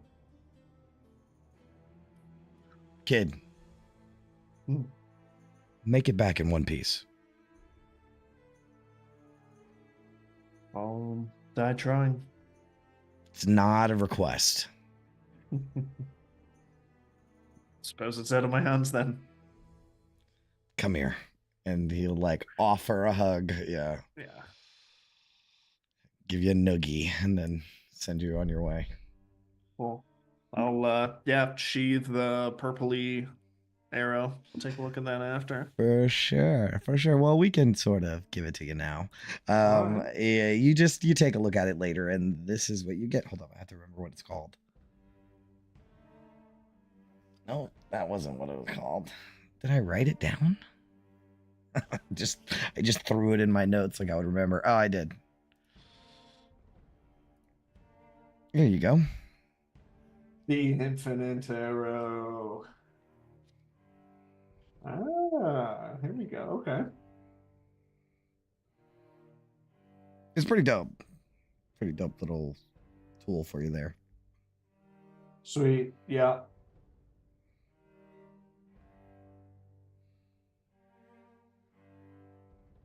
Amazing. Yep. I like that I can choose that it can be bludgeoning if I want. Well, it shoots magical energy, right? So it's not when it looses, it's not even an arrow anymore. It becomes like an Eldritch Blast bolt kind of thing. Oh, gotcha. Okay. Damn, so not a boxing glove arrow? You know what? Fucking anvil. Honestly, you can flavor it however you want. This is just how I imagined it, but you can flavor it however you like. It was your dad's after all. So This will be helpful in hell, that's for sure. for sure. Okay. Did you guys want to do something with Feria Jinx? I mean, how about the group is together? Feria Jinx will like approach. Hello.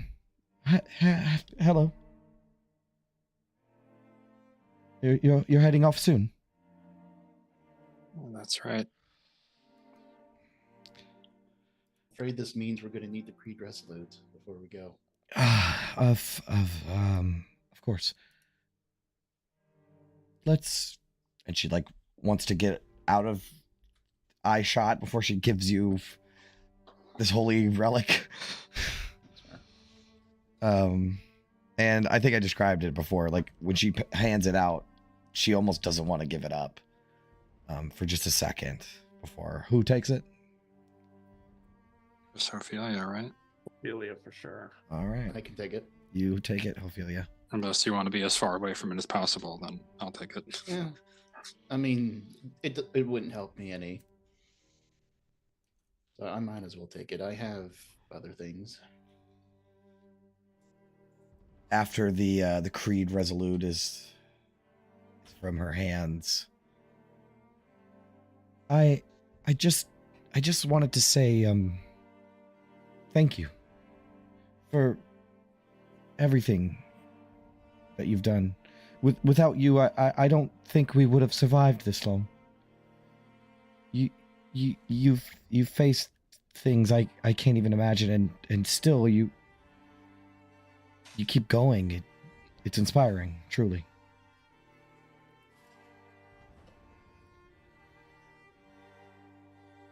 We hope you can channel that inspiration and spread it amongst the others here. We have food, but spirits will be low. You've been going at this longer than we have, so.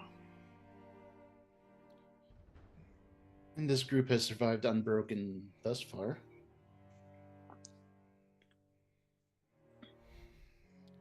Let's keep that up, she says. I'll be waiting here, doing what I can to hold things together until you come back. So just don't take too long, okay?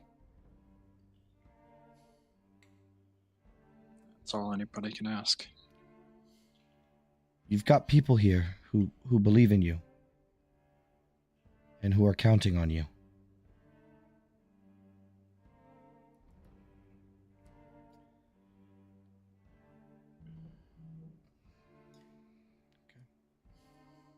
Good luck. Come back safe, please.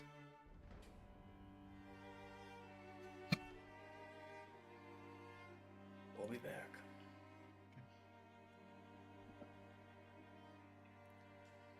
London? Yes. Do you have a moment? Yeah, but of course. I just, I wanted to talk to you before you leave. I'll catch up with you guys later. Yeah, Get the fuck out. Hey, you guys can walk away too.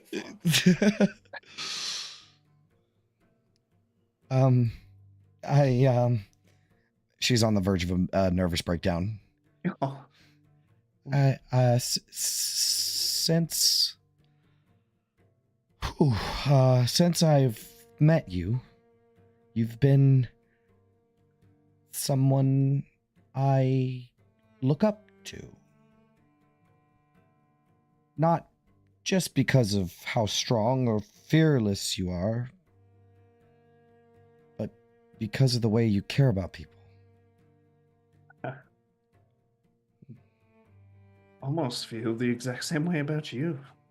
So strong, so resolute throughout all of this, the depths of hell. I wouldn't say strong and resolute, but I just really admire you. I know that the road ahead is is going to be dangerous. I couldn't forgive myself. By the way, ground. She's been looking at the ground this whole time. I couldn't forgive myself if I didn't say this now. You've become someone that I care about. More than I expected. Yeah, London would say something to the effect of, yeah.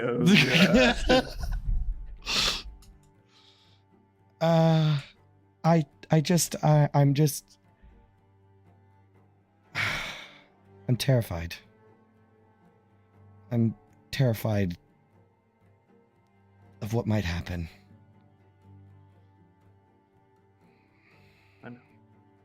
So much at stake and seemingly not the faintest glimmer of hope. But Feria Jinx, just the mere thought of you while I'm down there will be my guiding light as we plunge into an otherwise dark and treacherous world. You mean that? All in my heart. Smile, right? Curling up, like she's like, okay, cool. She says, and she'll reach into like a her little side satchel that she has, and she will pull out a silver ribbon in the form of like a necklace. It's like a necklace that has a little wooden token on the end of it, and she hands it towards you. I made this for you. Made it? Oh. Yeah, I couldn't find a cord, so I used the ribbon. That's the ribbon that I tie my hair with. I'm not an artisan, but I tried my hand. Look, and on the wooden coin, there is this really crude carving of a dragon head. Oh, fuck, that's so sick. Like it looks terrible, like a 3-year-old did it. But she Yeah. says, I tried my hand at carving Django. I thought you would. I thought you would like it. Do you like that, buddy? Look, it's you. He loves it. This is literally my favorite thing that I've ever received in my whole entire life. Okay, you don't have to. You don't mean that. This is also one of like 4 gifts I've ever received in my entire life. Well, I know it's not much, but maybe it'll remind you that you're not alone, even out in that horrible place. And maybe when you look at it, you'll think about me. Put it back for Django to like tie. Oh, sure. I'll treasure it always, Feria. Thank you sincerely. She like gets in close and adjusts it on your chest, and she says, "Just promise me you'll come back, all right?" Yeah, London will also step in close and bridge the gap. And kiss her on the cheek. Okay, cool. And whisper, "I promise." Whoa! Okay. And then he turns around and he walks away. Whoa, boy. That was great. And we get the scene as London runs away, walks away. Tears in his motherfucking eyes. We get a scene of just Feria standing there, flush red, wringing her hands together like nervousness, and she'll just say, "I'll be waiting, however long it takes." And we fade to black on that. Now, who says the boy doesn't have riz? London will. I hope she's a vampire when they come back. Cool. You sick fuck. You sick fuck. Do you guys remember the kids? Oh, Never again. Okay. London will tuck the necklace away in his tunic so Tanis doesn't make fun of him. Okay, I kind of figured that. I would never. I would. Will would, but Tannis Yeah, no. As I imagine that while that scene is happening, the party is walking away, and Hadim Basrani, the blind man, will kind of use his walking stick and feel his way around, and he will say, "Walade." Team. The word is that you are leaving soon. We're meeting with the marshal, and we'll be on our way. Yes. I wish to speak with you about something, Walade. Something I've been thinking about. Yeah. I'll catch up with you guys. Yeah. What's up, Adim? What's Gucci? Sorry, I had to. True chains. No, okay. Let's pull it back in. No, Sorry. I love it. No, I jumped into. All right, we'll pull it back. He gets serious. I have been thinking since I last spoke to you. And I know well of your plight, Waladi. You do not yet understand what it means to be Jin Said. And you seek to know better the source of the power that flows through your veins. Is that true, Waladi? Yes, yeah. I want to know more why this has happened to me. I know that the silence that you face, it can feel like a cruelty. You must feel lost and abandoned. Grown accustomed to that feeling. He will reach forth and feel for a second and grab onto your arm. I need you to think, Waladi. Tell me, is it wise to lift the lid of a sealed urn before knowing what lies within? The curious hand sometimes finds scorpions where it hoped for gold.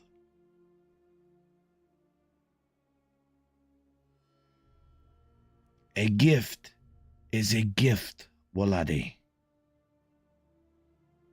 Questioning too deeply may turn generosity into resentment. The wise know when to accept a blessing rather than pick at its seams.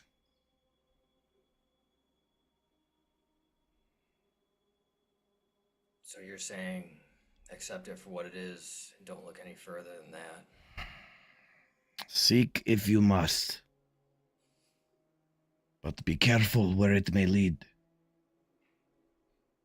Some doors once opened will never close again.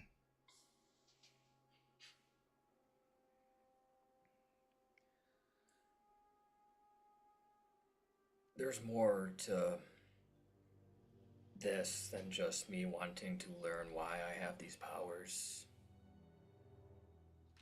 If I find the one who bestowed this gift to me, I can find my family.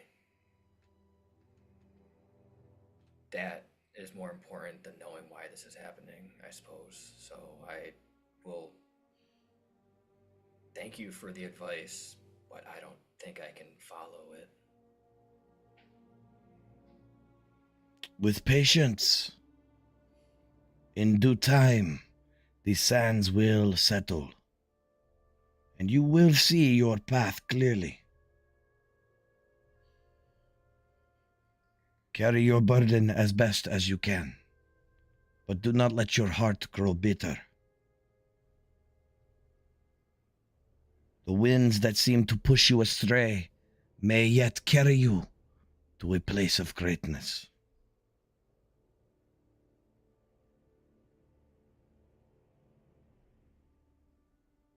I see. Thank you. I thank you for your guidance. I don't know how to repay it. except for try my best to make sure that you can get out of this place. I meant to ask, your son, he joined the Knights, the Order of the Companion, did he not? Nadir? Nuts. No, what was it? Not Nadir. You know, honestly, he remembers, but I don't. So Yeah. Whatever, did you ever find what happened to him? he shakes his head, and it's it's almost as if he's like the same thing. That the advice I just gave you is the advice I'm using actively. Yeah. I don't know what happened, and honestly, if the sands will settle and the winds will carry my son back to me if he is still around.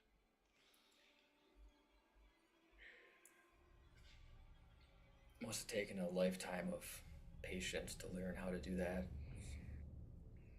I feel like the less I know, the angrier I get. The truth is like the shifting dunes. Sometimes you feel as though you have a solid ground, and then it is blown out from underneath of you.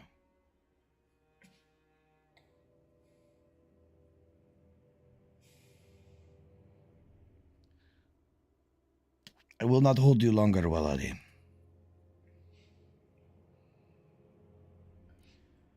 When we return, and I would very much like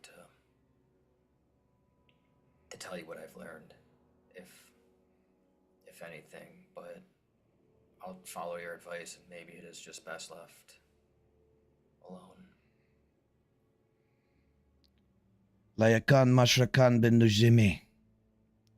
May your path be lined with stars.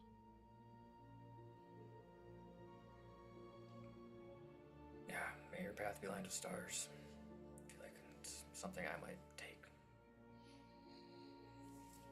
All right. Anybody else want to say goodbye to anybody else?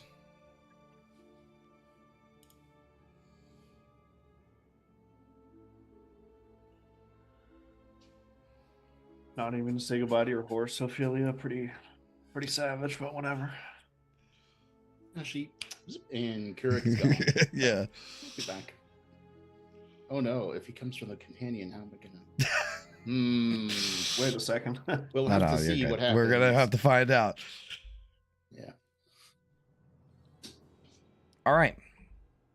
Why don't we take a break? Because I have to use the restroom, and we can sort of stew during the break about what we're gonna do next, and then we can move forward. Okay. Sounds good. All right. See you guys in a little bit.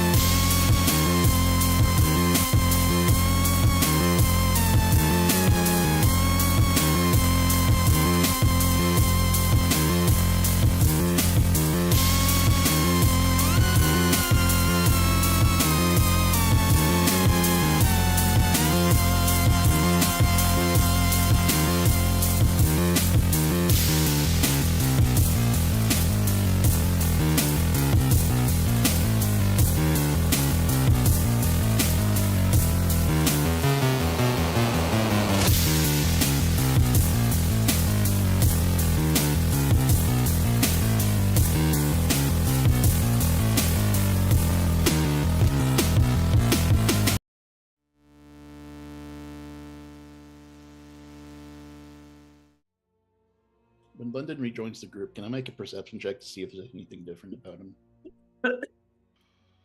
Yeah, make a perception check. Come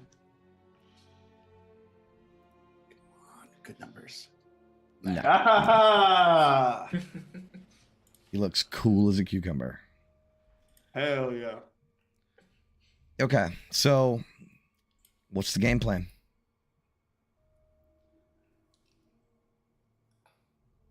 Meet with the marshal and then jump off a cliff. Take the plunge, you won't die. Yeah, I guess we should have at least like one step of the plan thought of, like, after the jump.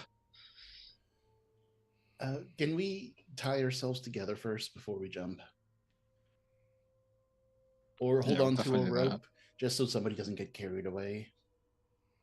Yeah, I mean, then we'll, whenever we get, I mean, I don't know what edge we're actually hopping off, or if that even matters. But when we get close to there, she'll pull out the 50 feet of rope or whatever. That should be enough. I will say, where you jump off of Elturel does matter. Oh, fuck, Ooh, really? Fuck. I was going to say just off the back of the high hall here. That's fine too. You can definitely do that. What about maybe one of the bridges so we don't accidentally smack into a side wall of Elturel on the way down?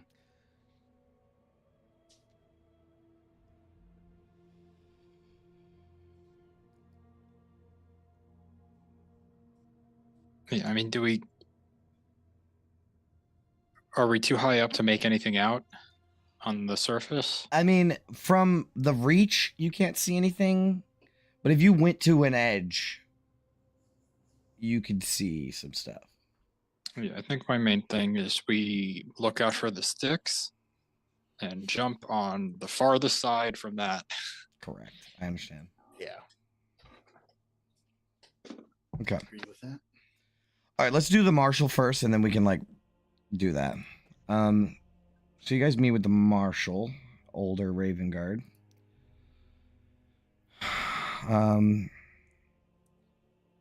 He's kind of like Roland. He's in the cathedral.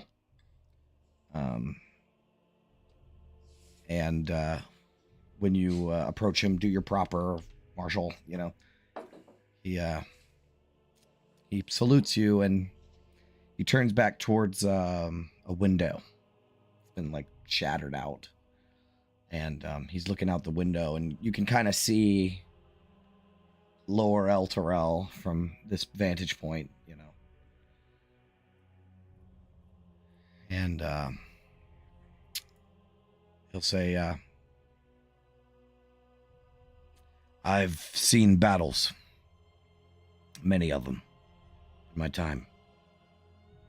Battles that turn men into legends, and battles that broke them. I've made choices that save lives, and choices that cost them. I've seen heroes rise and fall. I've led soldiers into battles we couldn't hope to win, and watched as they turned the tide with nothing but grit and determination. And he'll turn towards you guys. Life is not about making the right decision every time. It's about carrying the weight of the wrong ones and pressing forward anyways.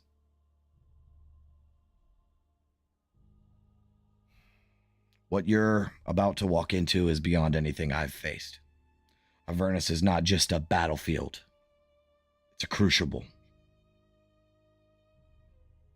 It's going to test everything you are and everything you believe in.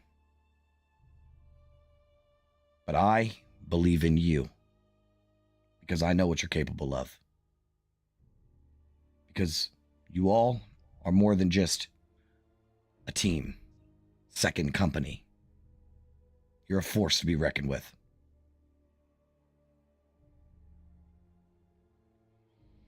You're Flaming Fist. And we stand together. Even if you're far from Baldur's Gate, even if no one's watching, you carry that legacy with you. And that's something no devil in Avernus can take away.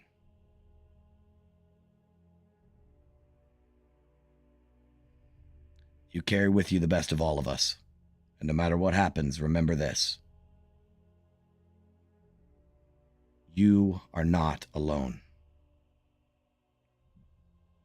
We'll be here, fighting our own battles, holding the lines so that you can do what needs to be done.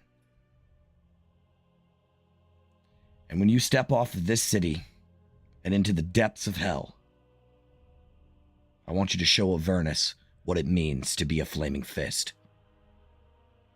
Prove that even in the heart of hell, we do not bend. We do not break.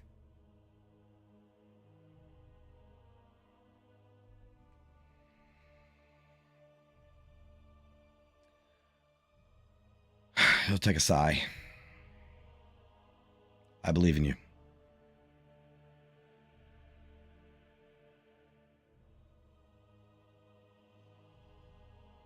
Any last words for the Marshal?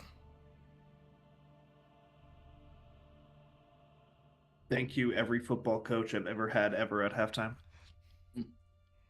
That actually was a pretty sick speech, though. Thanks. I did take a lot of time to write it. Raven Guard is a charismatic leader that definitely would make a speech right now. 100%. He stayed up all night thinking about it.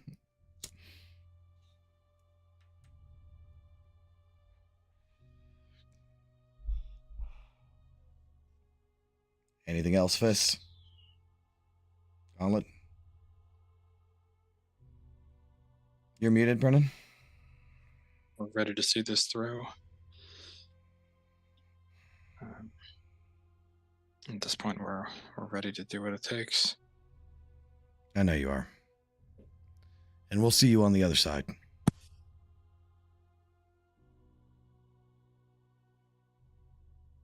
Go now.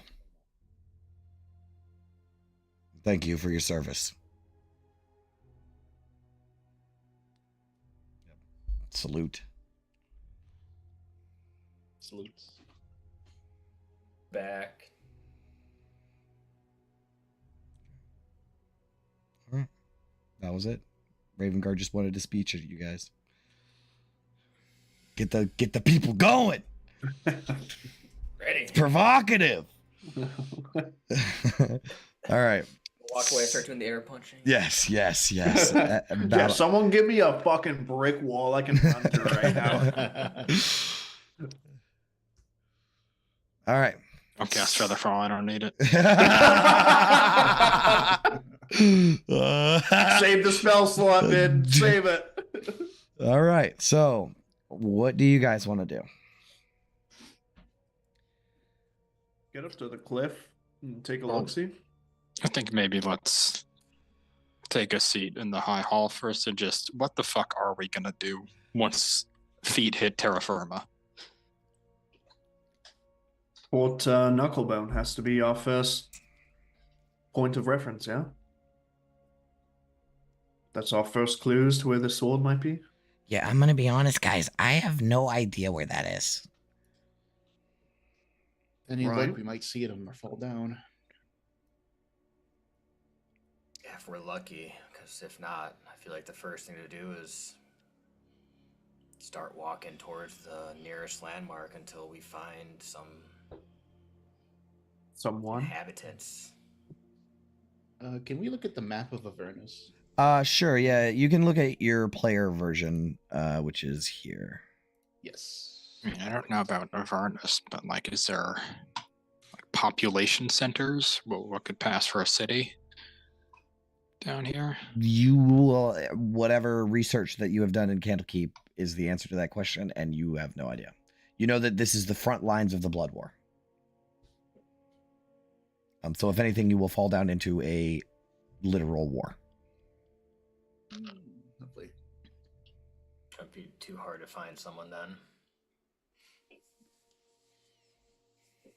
I mean, I would say that we shouldn't sleep out in the open once we're done journeying for the day, but I don't even know if finding cover would be safer. But I suppose we have to find something if we're ever going to find Fort Knucklebone. Sure, I can give you a little bit of information about that. Because you don't exact. I'm not gonna give away everything right this second, but we are gonna. Avernus is a hex crawl, Oh, cool. so it's gonna be very similar to Tomb of Annihilation in traveling through Avernus. And that being said, I have to find my procedures. You will need 2 gallons of water, 1 ration every day. And at night, if you are out in the open, you will need to find cover for sleep. Or you're not. You're just not going to get it.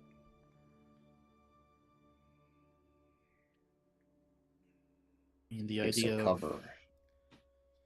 finding ourselves the point of interest and maybe bunkering down is not a bad one. Seems like the only viable thing to do.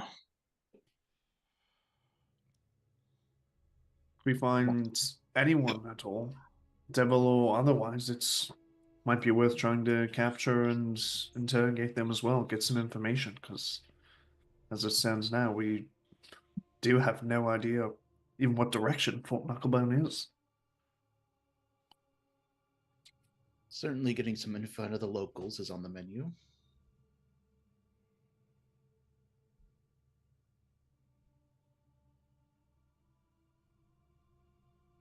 I mean, I guess the ethics are less of a concern considering they're literal devils, but is it even possible to beat information out of a devil? I can certainly try. Guess we'll find out. Yeah. Because I'm afraid that deal making is going to be inevitable. But I'd like to avoid it on the first day if we could. Better not trade my soul for directions. Yeah. And they will make you trade your soul for directions. We know these things have emotions. You know, those bearded devils, they tried to flee when, you know, we started to overwhelm them. We know they have self-preservation. Yeah, we're in their house. They're just as mortal as we are down here. Well, even more so. If I understand correctly, if they die here, it's straight to the sticks to them. They don't want to die. If we die, we're also done, so. True, but we're in a little bit more of an even playing field. Yeah, I suppose we can treat it as any stranded, deserted mission then. Try and find a settlement, shelter. Jump on top of any that cross our path and try and get to Fort Knucklebone and then the sword.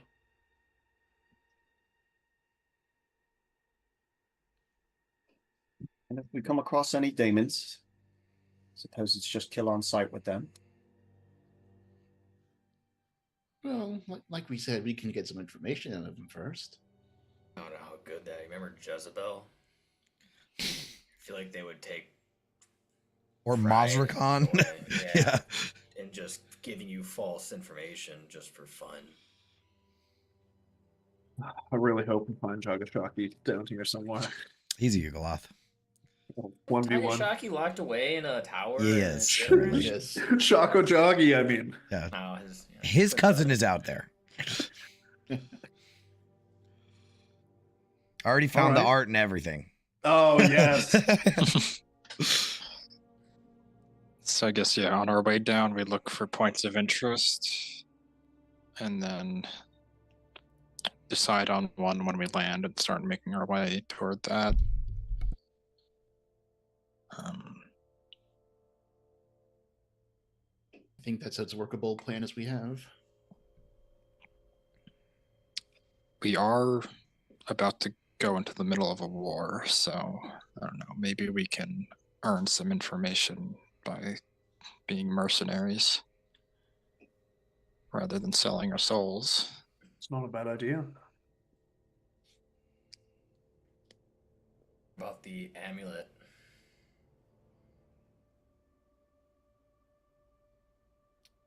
What amulet? Paths. Oh, the Paths one. The Mazrikons. Don't get So once we find somewhere we want to go, we don't accidentally get lost.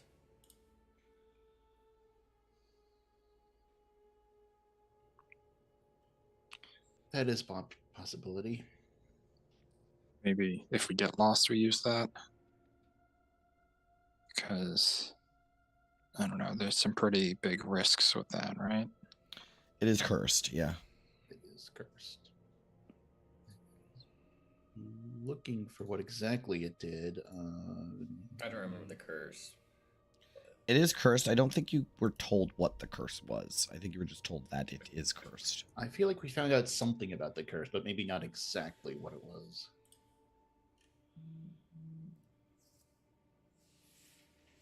But Well, we can put it off until we need it. Yeah. Just remembering we have it.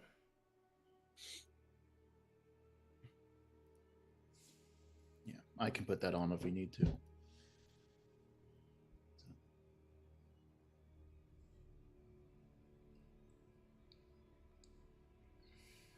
Now, once we get down there, we're gonna have Kurik, and I can carry 2, maybe 3 with Ven, but don't have any other transportation options.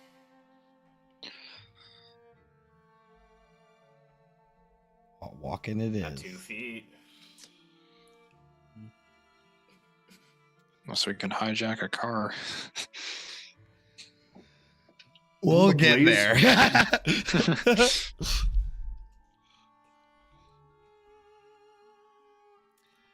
Candace doesn't know about those. Will is so excited. Oh, they're in there. They're in there, buddy. Can we go to like an edge? What edge you want to here? go to? Yeah, so Maybe just one of the ones we're close to since we're right here. sure, yeah, you can walk down the way a little bit. So this, other than being on the Reach Bridge, which I think every time you've crossed it, you've almost sort of avoided looking down for the most part, because it's terrifying. Like there's no guardrail. Like you're going over, right? So as you guys walk down the street and approach the edge, let me read this. The edge of Elturel stretches before you like the end of the world itself. You can see as you look down the massive black iron chains anchoring the city to Avernus groan and creak with every shift. Their immense lengths are as thick as city streets and carved with infernal runes. As you sort of focus, you can actually see far down below, very, very far down below, the river Styx. It flows like a deep crimson wound cutting through the wasteland. It was almost directly below you.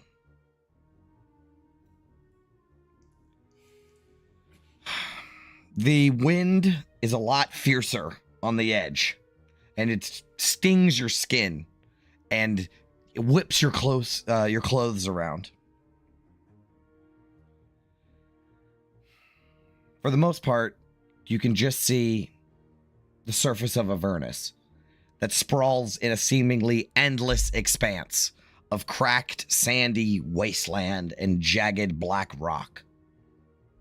The land is cruel and broken, dotted with the faint, flickering glow of distant fires. Yep.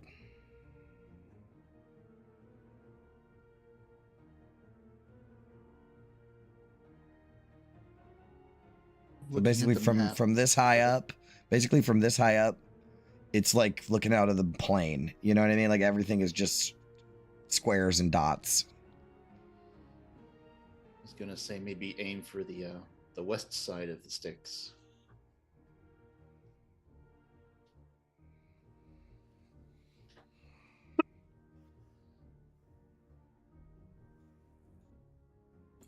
Which way is north? North is just up on this map. Technically, yes. I'd like to, we'll get it more into it later. There technically is no north. We will be using cardinal directions. They do not exist in Avernus. Yeah, but Correct. left. Yes. No. The west is fine.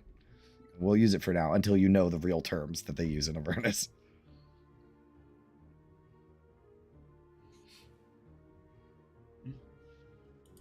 All right.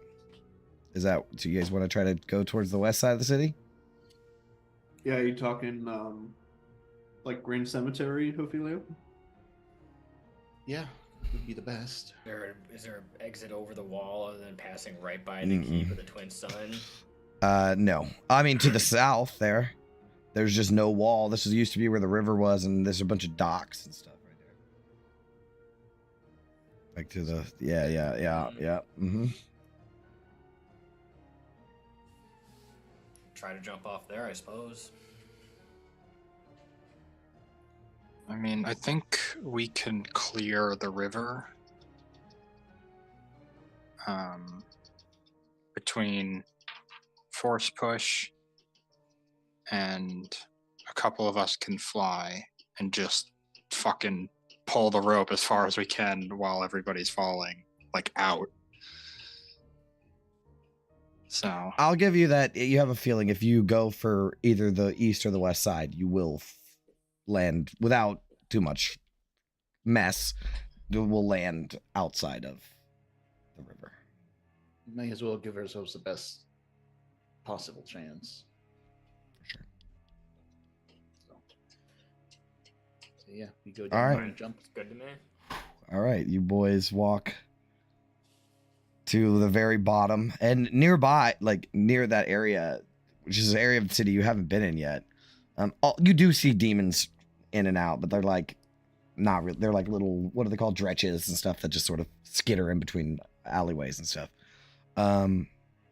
But you will see that near that area, there is a humongous, like skyscraper-sized infernal iron like piton, right? Like it's a huge spike that juts out of the side of the city, and there are these city street wide chains that stretch down endlessly towards the surface of Avernus, just right there.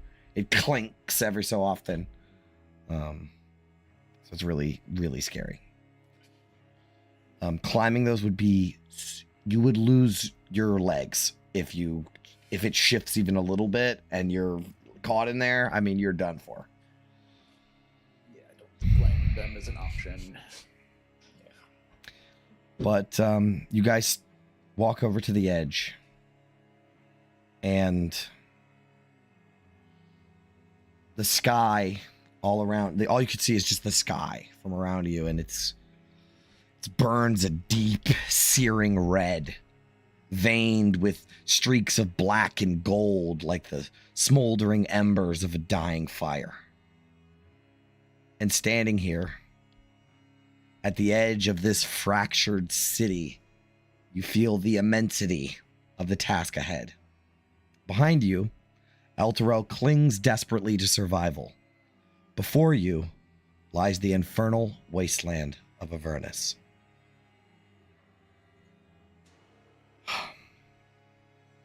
This is the edge of the known world, and beyond it lies hell itself.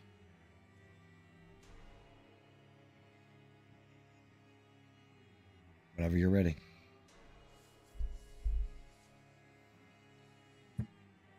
Are we sure there's not another way down from here? Get the rope tied. Sure. Then we'll mention. Don't worry, August. I actually have a spell that can work with the rope if we're really in dire straits when we are landing at the bottom. Is it a trick? And she'll explain rope trick. Yeah. What's that do? You'll have to find out. You'll find out if we get unlucky. So hopefully we won't find out right away. Go. All is still save for the relentless howl of the wind. Think you're going to want to stay in my backpack for this one, Django? Django is already in your backpack. Just like barely peeking out. Yeah. Do you want to go into your amulet, Tanis?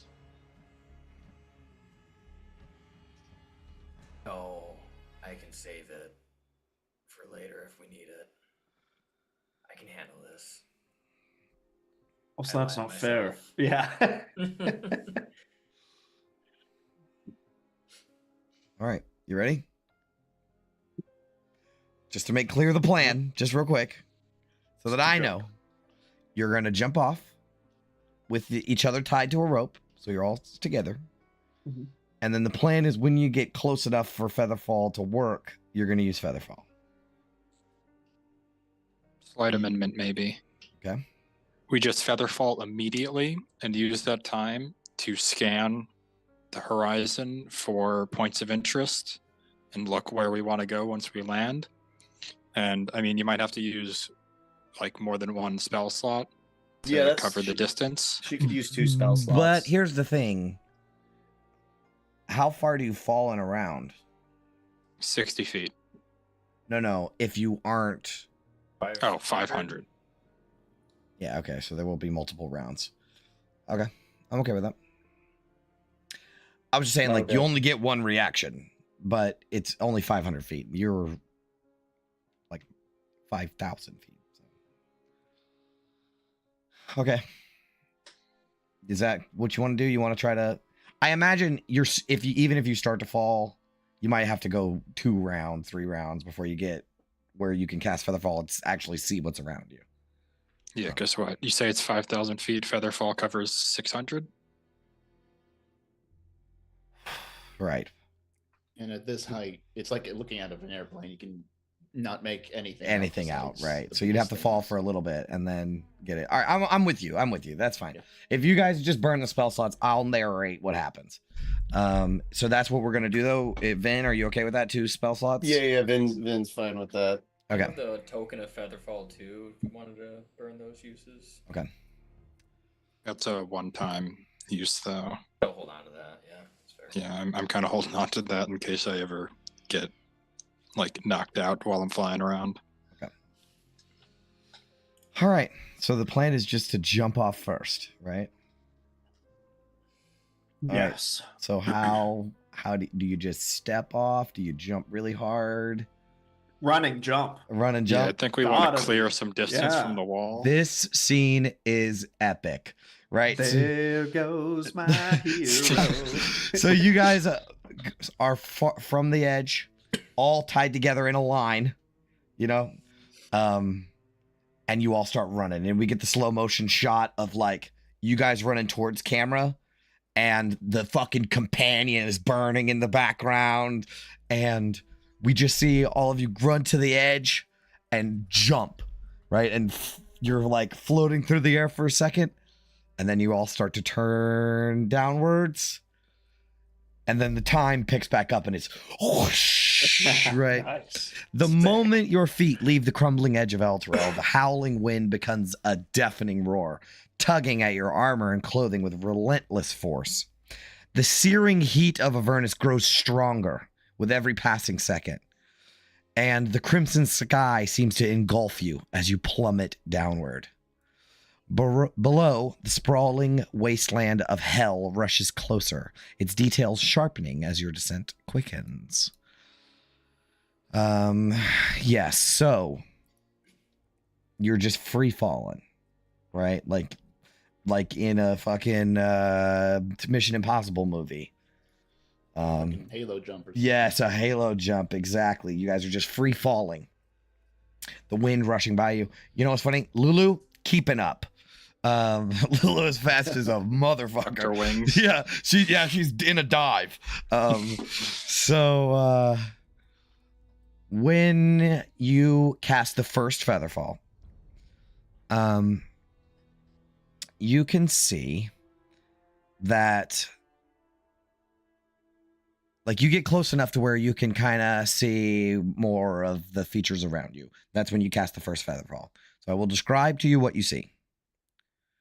The river Styx stretches directly below you. Obviously, you guys are on the west side of it, but it's basically like right below you. It's hard for you to judge from here, but you will be on the west side. It is so dark red that it borders on black. And below you, you spot massive, ruined, like in the river, ruined building. Like several of them submerged in the water, made of stone. Jutting up like gravestones.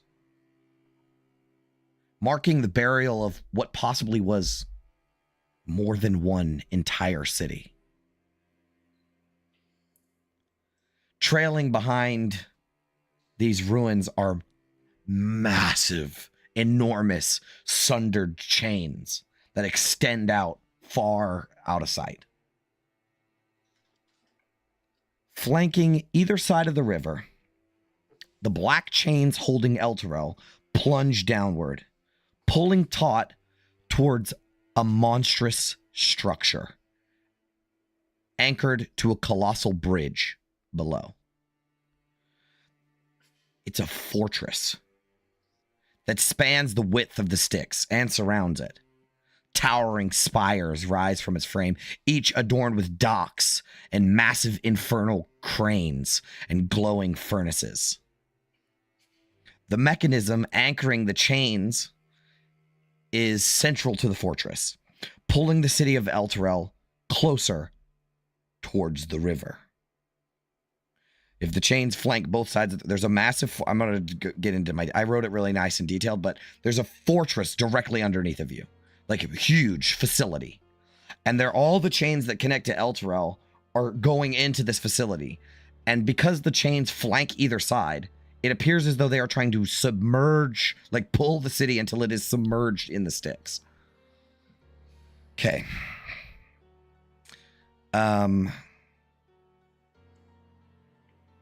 It's a little hard to see from here, but around the fortress, you will see legions of devils on patrol. Their formations moving with militaristic precision. And the air right below you guys is abuzz with activity, as there are dozens of imps that flit around the chains. And they hold tablets in their hands. And they're like studying the chains. There's dozens of them. Imps and like spine devils that hold these tablets and are looking at the chains. The wasteland of Avernus stretches endlessly around you. Scorched sand and jagged black rock and ancient ruins seem to scatter the barren plains. As you can see in the distance, a sandstorm whips up. To the north, so we're using cardinal directions for now. So to the north of you, there is to the east of you. So on the opposite side of the river than where you're falling, there is a mountain. And it resembles a deformed hand clawing at the ground. Its jagged peaks jutting outward like twisted fingers. To the north of that mountain is a volcano that dwarfs everything in the landscape. It is a colossal, hellish monolith crowned by a swirling black storm clouds.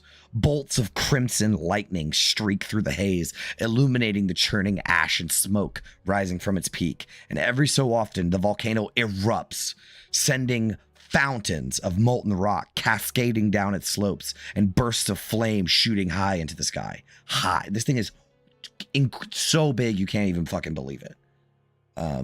Like it looks big from where you are.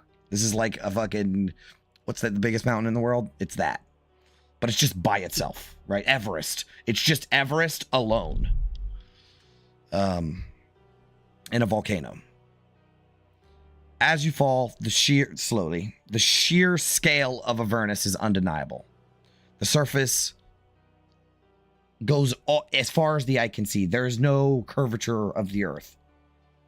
So it's just flat plains all around you. What do you want to do?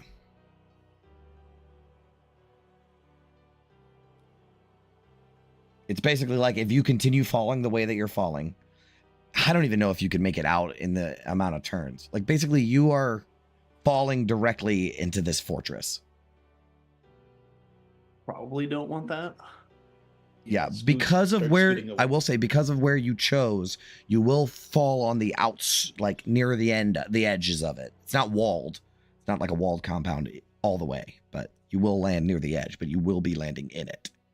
How far can August make it if he drags us to the side? Probably not too far considering the scale of things. Right.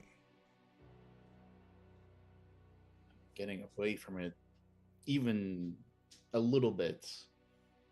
Yeah. Even if it's the wrong direction, I don't want to land by that fortress or a legion of devils. No.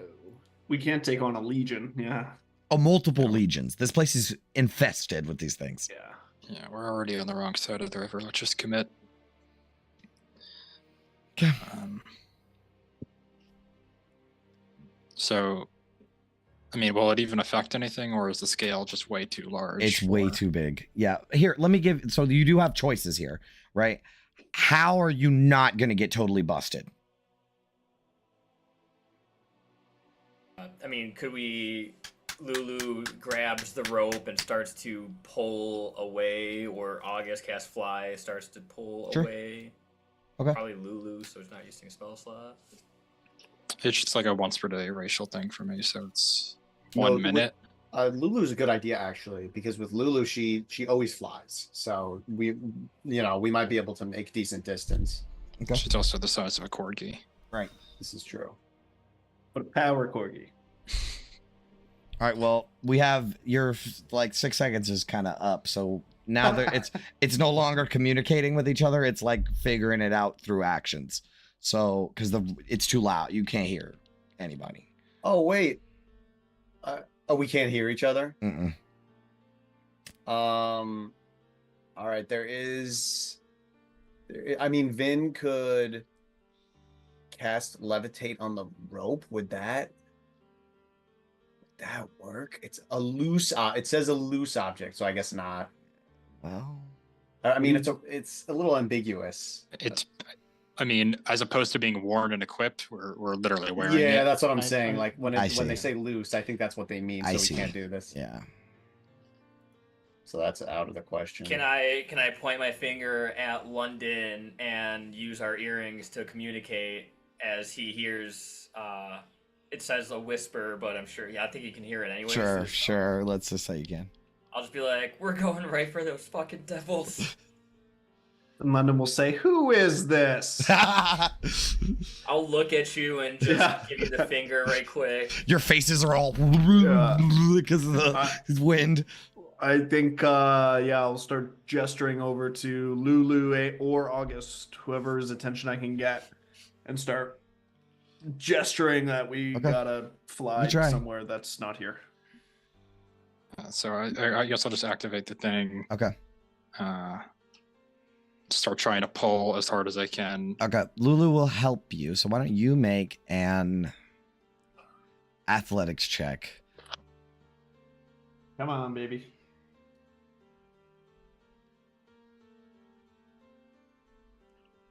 All right, this is where I put all my points in the beginning. Let's go. 17. Not bad. Not bad. All right. So I'll tell you this. From the way that you have pulled yourself, right? You are probably still going to end up in the fortress, but on the outside of it. Like maybe 10-minute walk, you'll be out of the fortress. But here's the other thing, right? There are imps and shit in the sky. And you guys are just falling. Is there anything we can do to not be... Unless somebody's got a 6th level invisibility that they've been hiding. No, I have only a 2nd level invisibility. All right, pass without trace. I mean, 3rd level, sorry. Can I? Yeah. All right. How about this? How about London? Just make a stealth check. and you can have the +10 bonus. Just London. I'm trying to adjudicate this very out of the box situation. No. Wow. Inspiration. Okay. Inspiration on Wow, demand. okay, 32. All right, so you cast Pass Without a Trace, and in this instance, you're just like a ball of haze, a shadowy haze. So it's not that obvious, because the sky does have like by the way, Avernus does have clouds. Yeah, like weird black and stormy ones sometimes. I mean, it's all kind of, it's they have weather, which is surprising. But you feel like maybe that's okay. How long does it last? An hour. Oh, okay. Up to an hour. Shit. All right. Well, you'll be down by the end of that. All right. So you are falling and falling and falling and falling. And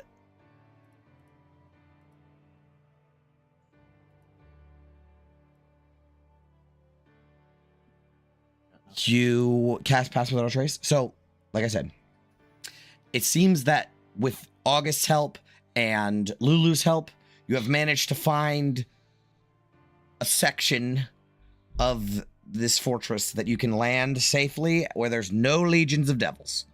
There's no combat encounters. There's nothing to haunt you or come back to bite you. You've basically made it. This place is just fucking huge. It's bigger than of Elturel, right?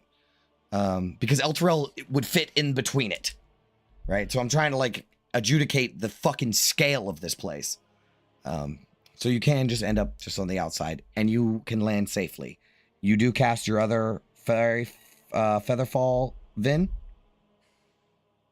Yeah, of course. Okay. It would be campaign overall. Yeah. I kind of want to hold on to that. You never know. Actually, I want to Markos, go to the big next move. campaign, guys. I'm getting bored of this one. You Let's just, fall into what appears to be the edge of a massive complex of blackened metal all around you. The floor, the sides, everything around you is metal. You can see you might probably saw it on your way down, but at the center, there's a bridge, and there's like an actual fortress on the bridge. And it looked like this. I'll just show you a handout so it makes my descriptions easier. Here it is. This will kind of show you the theme of. Fucking sick.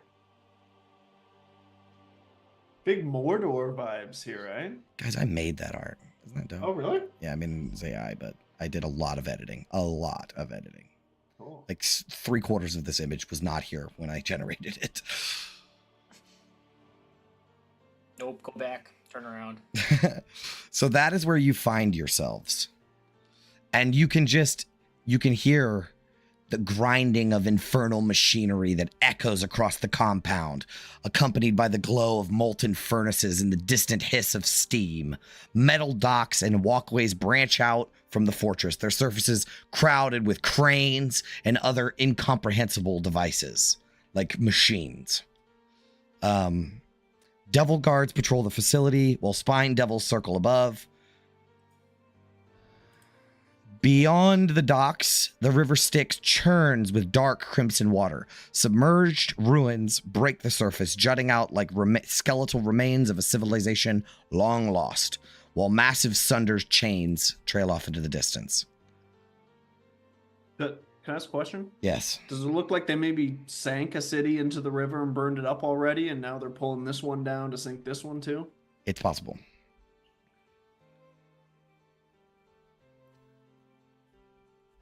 When we were on Elturel, did we realize it was like getting lower? You kind of could have guessed it. Yeah, the city shook every so often. Okay, as it descended. Yeah. Yeah, you would. Yeah. Yeah, you would think. Oh, like the name of the campaign. Right, like the name of the campaign. Listen, I'm gonna tell you guys right now. It wasn't a very well thought out name, but I'll tell you what, it is applicable in many aspects. several layers. Many layers. All right. So you're at the edge. I don't have a map for this place, so I I won't show you yet, but I can show you where you are on this map. Oh shit.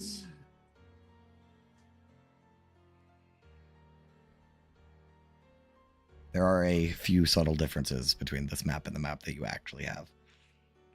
This is the volcano, I presume. It right? is, yes. And then what was the other mountain? This one. It looks like a hand. Oh, I see it. All right. Correct. All right. So you guys, Shit. yeah, that is where you guys are. So you're in the city. You know, in the distance, you can hear the march of, units moving through, but you're safe right now. Like with the rolls and everything you guys did, you are currently very safe. So all you have to do is just safely make your way 10-minute walk and you're good to go. Dude, I'm so stupid. I didn't realize when August was like, "Oh, we're already on the wrong side of the river." I was like, "How would he know we're on the wrong side?" Fucking knuckle bone, the hand. Yeah. So yeah, you guys will have to figure out how you're going to cross the river. There's lots of bridges here.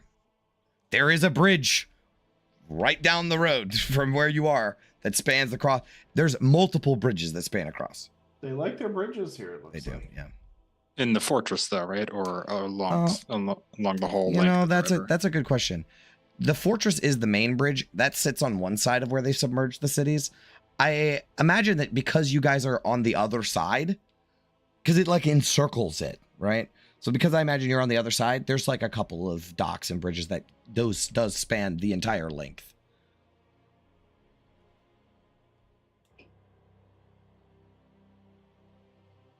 Well, first thing to do is to skedaddle out of here. I mean, I don't want to be close to this thing any more than we have to. Sheathed in shadow for the next hour. Perhaps we make haste. Okay. Yeah, let's just move until we can get to somewhere safe Okay. and collect ourselves. I need everyone to make a stealth check. And because of your successful rolls earlier, I'll let everybody have advantage.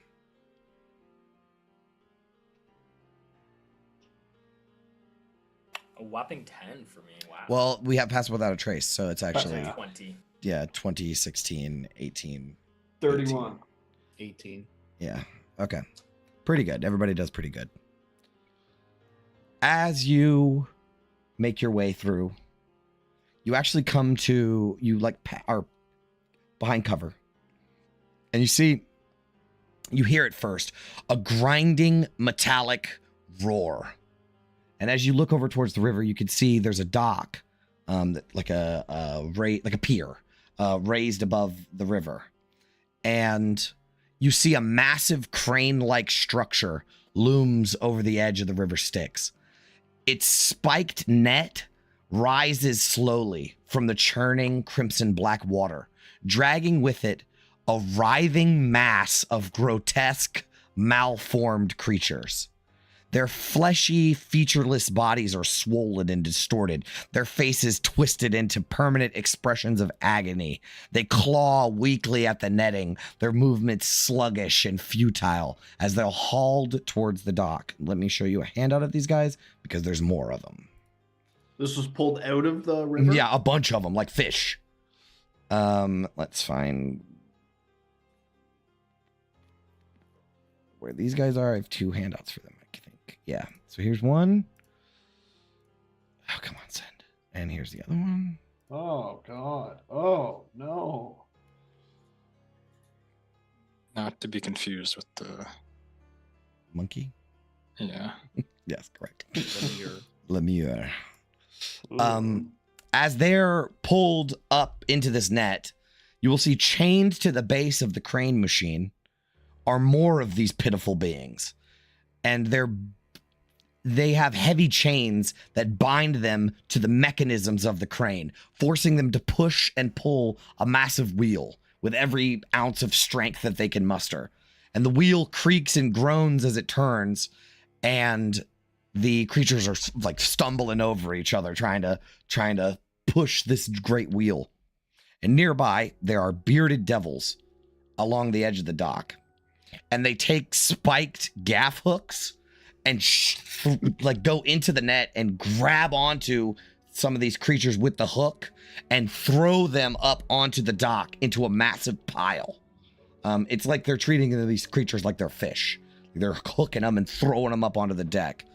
And overseeing the operation, there is a tall, skeletal figure wrapped in writhing chains. Its gaunt-faced, contorted into a sneer of sadistic satisfactions. The chains on its body move, like slither and slink on their own, as if constantly shifting. It has a spiked whip that it like lashes onto these little fucking guys, the lemures that are pushing the wheel, and he's shouting shit at them in Infernal. But he looks like this. PC. I have 3 arts for this guy. Oh my god. No. And he's like, go ahead. He looks like something the 300 guys would fight in the movie 300. It does look like that, doesn't it? So you guys are not like they don't notice you at all. So you can keep going.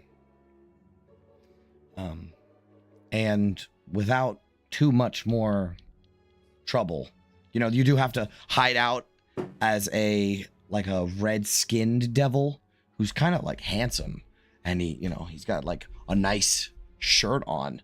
And he's got these massive wings that curl out from his back. And he's flanked by like 6, what are the ones with the baby masks? Marigons. He's like flanked by like 6 Marigons as he like makes his way through, as if he's got like a clipboard in his hand. And you guys, they don't notice you. And after some walking, you make your way out of the fortress and you quickly dart towards like a rocky surface. So where you guys are right now is a cliff that goes next to the river, right? So there's actually, it's like a cliff walking path kind of deal, and then another cliff beside that. And then, a couple 100 yards, the river has, actually it's probably like a couple miles, huh? On the other side of the river, you can see the other side that also has like a rocky cliff face. But you feel like you've made your way far enough away before you start to take in what's around you. The ground beneath your boots crunches as you walk. What looks like sand at first glance is actually countless tiny, microscopic, razor-sharp shards of stone. And far below you, the river Styx flows like a thick, sluggish vein. The surface ripples with the flow of blood. But if you stare too long, too intently, you might catch glimpses of faint, ghostly creatures. Their translucent forms writhing and clawing as if fighting against the current. And they drift mere moments before vanishing beneath the depths. The air here is heavy with the scent of iron and heat. A suffocating presence that clings to your skin and fills your lungs. And as a gust of hot wind from below whips up the sand, it burns your skin so fucking bad because it's like fiberglass, right? Like it is literally like shards of glass cutting you all up. Just microscopic like irritation. It stings terribly. But you're away from the fortress enough to feel like safe. Do we need to like bundle up? What were the like nomadic people in Icewind Dale? The Regheads. Do we gotta like bundle up like the Regheads? Do you have something to bundle up? Oh. What's in an explorer's pack? mean, I can cut off like the tail of my coat or something like Sure. that, or rip the sleeves off. Sure. I can't do anything with that, but It's still really annoying. You do not have the proper gear to traverse this place. Yeah, Vin will don her like retractable helmet, but even that, there's probably like shit getting through the cracks. Oh, yeah. And stuff. Yeah. Hell on her boots.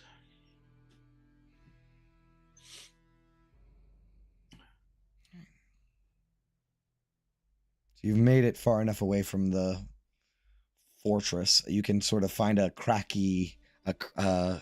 jagged crack in the stone, black stone. Everything is black, except like all the stone is black, except for the sand is like sand colored. It looks like sand, and it you can find like a crack in that where you can kind of duck in away from the wind that's literally whipping and blowing the sand into your eyes and your face and all over your skin. God. Sucks. Oh, this place is gonna be hell. I was imagining more like Florida, you know, hell. Yeah, it's hell. Like just hot, but like uncomfortable, not like acted like fiberglass. Like, ugh. It's like sand, but sharper. Yes. All right, so what's the plan, guys? Well, where do we go, August? Up Yes, we're south and then across? Did we walk north or south to get away from the South. fortress? Okay, so then I guess move for like these foothills, try and find shelter there. So let's talk about the hex real quick. So each hex will take a day to cross. So to go into the next hex, it's a day, just like in Tomb. So it's gonna take you a day to get to that hex down there, a full 8 hours of travel. Is that the plan? What sort of other crossings are there? You have not seen. You don't see any where you're at. Well, going south is the idea.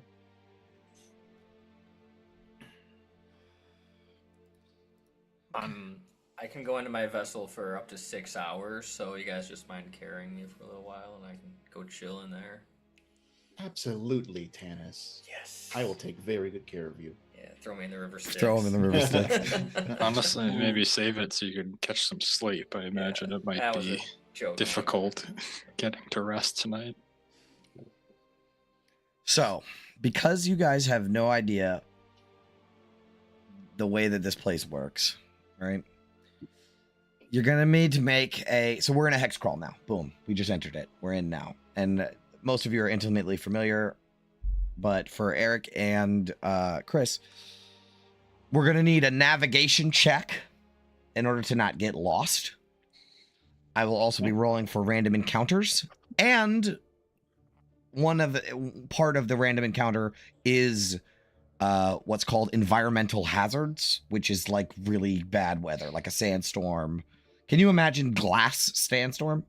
Or like acid rain, or any of the Jesus. horrible things that comets falling from the sky. So fire tornadoes on here. Fire tsunami. Choking miasma, like noxious fumes that just float through the air. So, okay. Sucks. Yeah. Oh boy. Yeah, we're in hell now. So you're gonna need 2 gallons of water and 1 ration. I didn't adjudicate how much you have. I will though. We're almost done with the session for tonight, so I will figure out. We had 2 barrels, right? And you did never give any of that up. Well, Okay.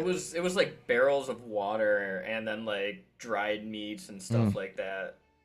Yeah, the 30 days of somewhere. rations I have as a thing, right? We have a number for that. But how much water is in a barrel, I have to figure out. I see what you're saying, yeah. So you're gonna need 2 gallons of that. I imagine you do have enough for today. 40 So gallons in a barrel. with the 40? jug, right? It's there you go. So you have 80. Oh, you have the jug now. yeah, 12 gallons. Wait, water. Oh, The salt water. There's a saltwater option. I never knew that. Don't do that one. Well, we might need Okay. to do that and then purify it with the spell because the other one doesn't make enough water for all of us. 8 gallons. Yeah. Yeah. Well, we have to purify it anyway. So. Yeah. Can't just make water down here. Yeah, I mean, within if you're just walking down the river, within an hour, your lips are cracked. You know, like it's. Think of that scene in The Good, the Bad, the Ugly when he's dying in the desert. It's like that within an hour. But I have resistance to fire. Yep. So you're not doing so bad. Did Dragonborn have lips? I mean, they have like reptile lips. The reptiles have lips? Yeah, These are the the important dragon- questions. that We have to be need to asked. know this stuff. Yeah, stop the session. Let's figure this out. All right, so here's what I want right now. Well, I can handle a whole bunch of other shit later. What I want right now before we end the session is a navigation check to see if you can actually make it. So who wants to make it? I imagine it's London, right? As the scout, I'm happy to. We extend could my do duties. guidance for these in Tomb. Are you going to let that fly this time? Yeah. Yeah, because you Guidance could is- cast it throughout the day. So. Guidance is D4. Yep. Yes. All right, so it's a survival check plus a D4. Survival. 17. Good Thank thing you had for that. guidance. So you can make it to your hex. However, I have to roll for random encounters. Didn't we have 2 people doing these checks? And yeah, we had Azaka. Yeah, we had and Yoros and Yoros Azaka. so and then- we don't have advantage this time. Eventually, we got like an amulet of Ubtao that's just like Yeah. you can navigate the jungle, no problem. I think we only got lost once.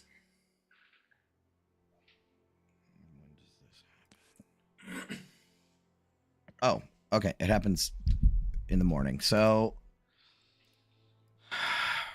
I guess. Hold on.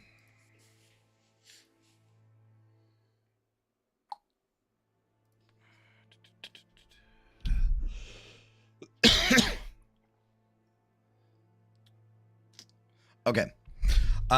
So it's been an hour or two that you've been walking, and the cliff has either rose and then declined and then rose again, but you're still sort of walking on a cliff edge.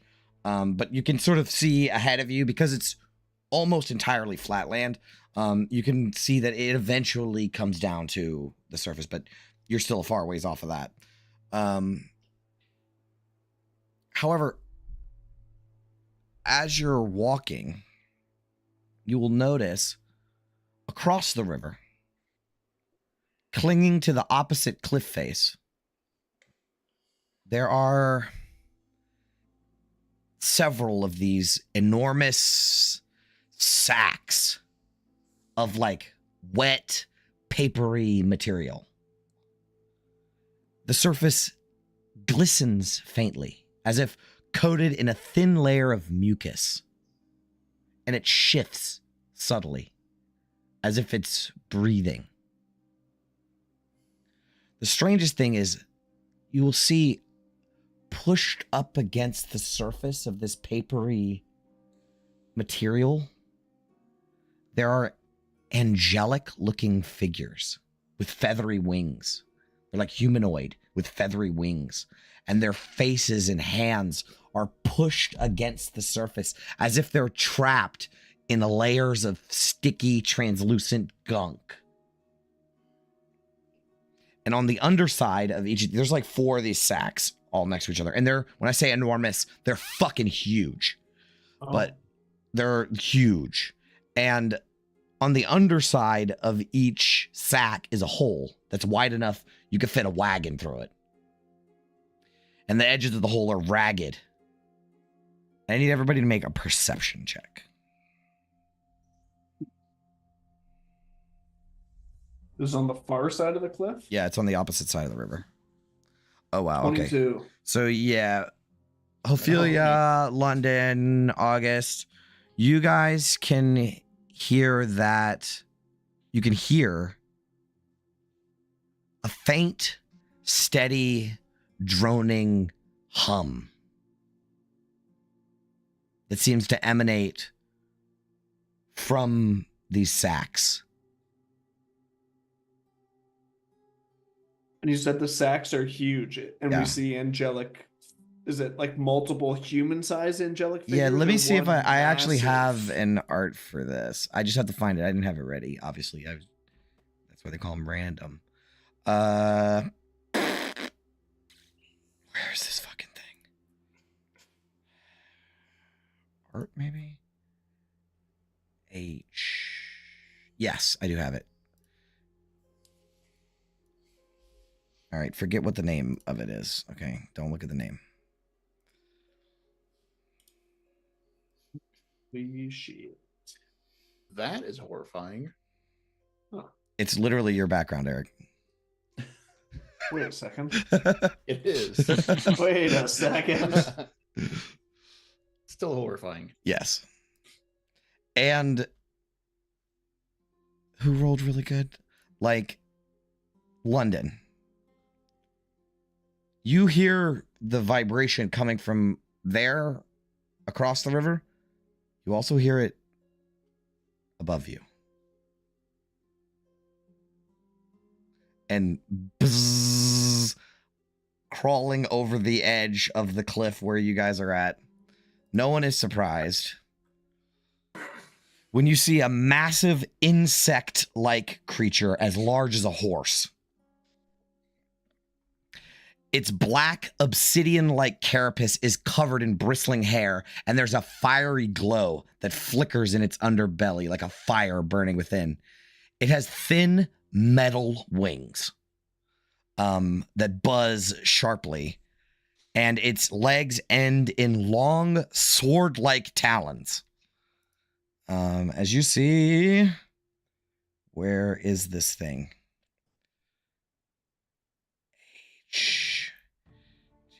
You're just picturing Beedrill from Pokemon, basically. Basically. That's worse. And one of them will crawl over the edge, and then another one will crawl over the edge, and then another one will sort of bzz, bzz, fly up above you. As we will end the session there. Oh no. Yeah. You did make it to that hex though, so let me move you down. So Yeah. and I'll unlock the name of that place. They look more fey than fiendish. Yeah, I'm not happy with the art, but this is the best one I could find. All right, well, that is the end of our session. Thank you, everyone, so much for watching. And we will see you all on the next dive into the descent. Stay sharp. Farewell, adventurers. Farewell, Adventurers. adventurers.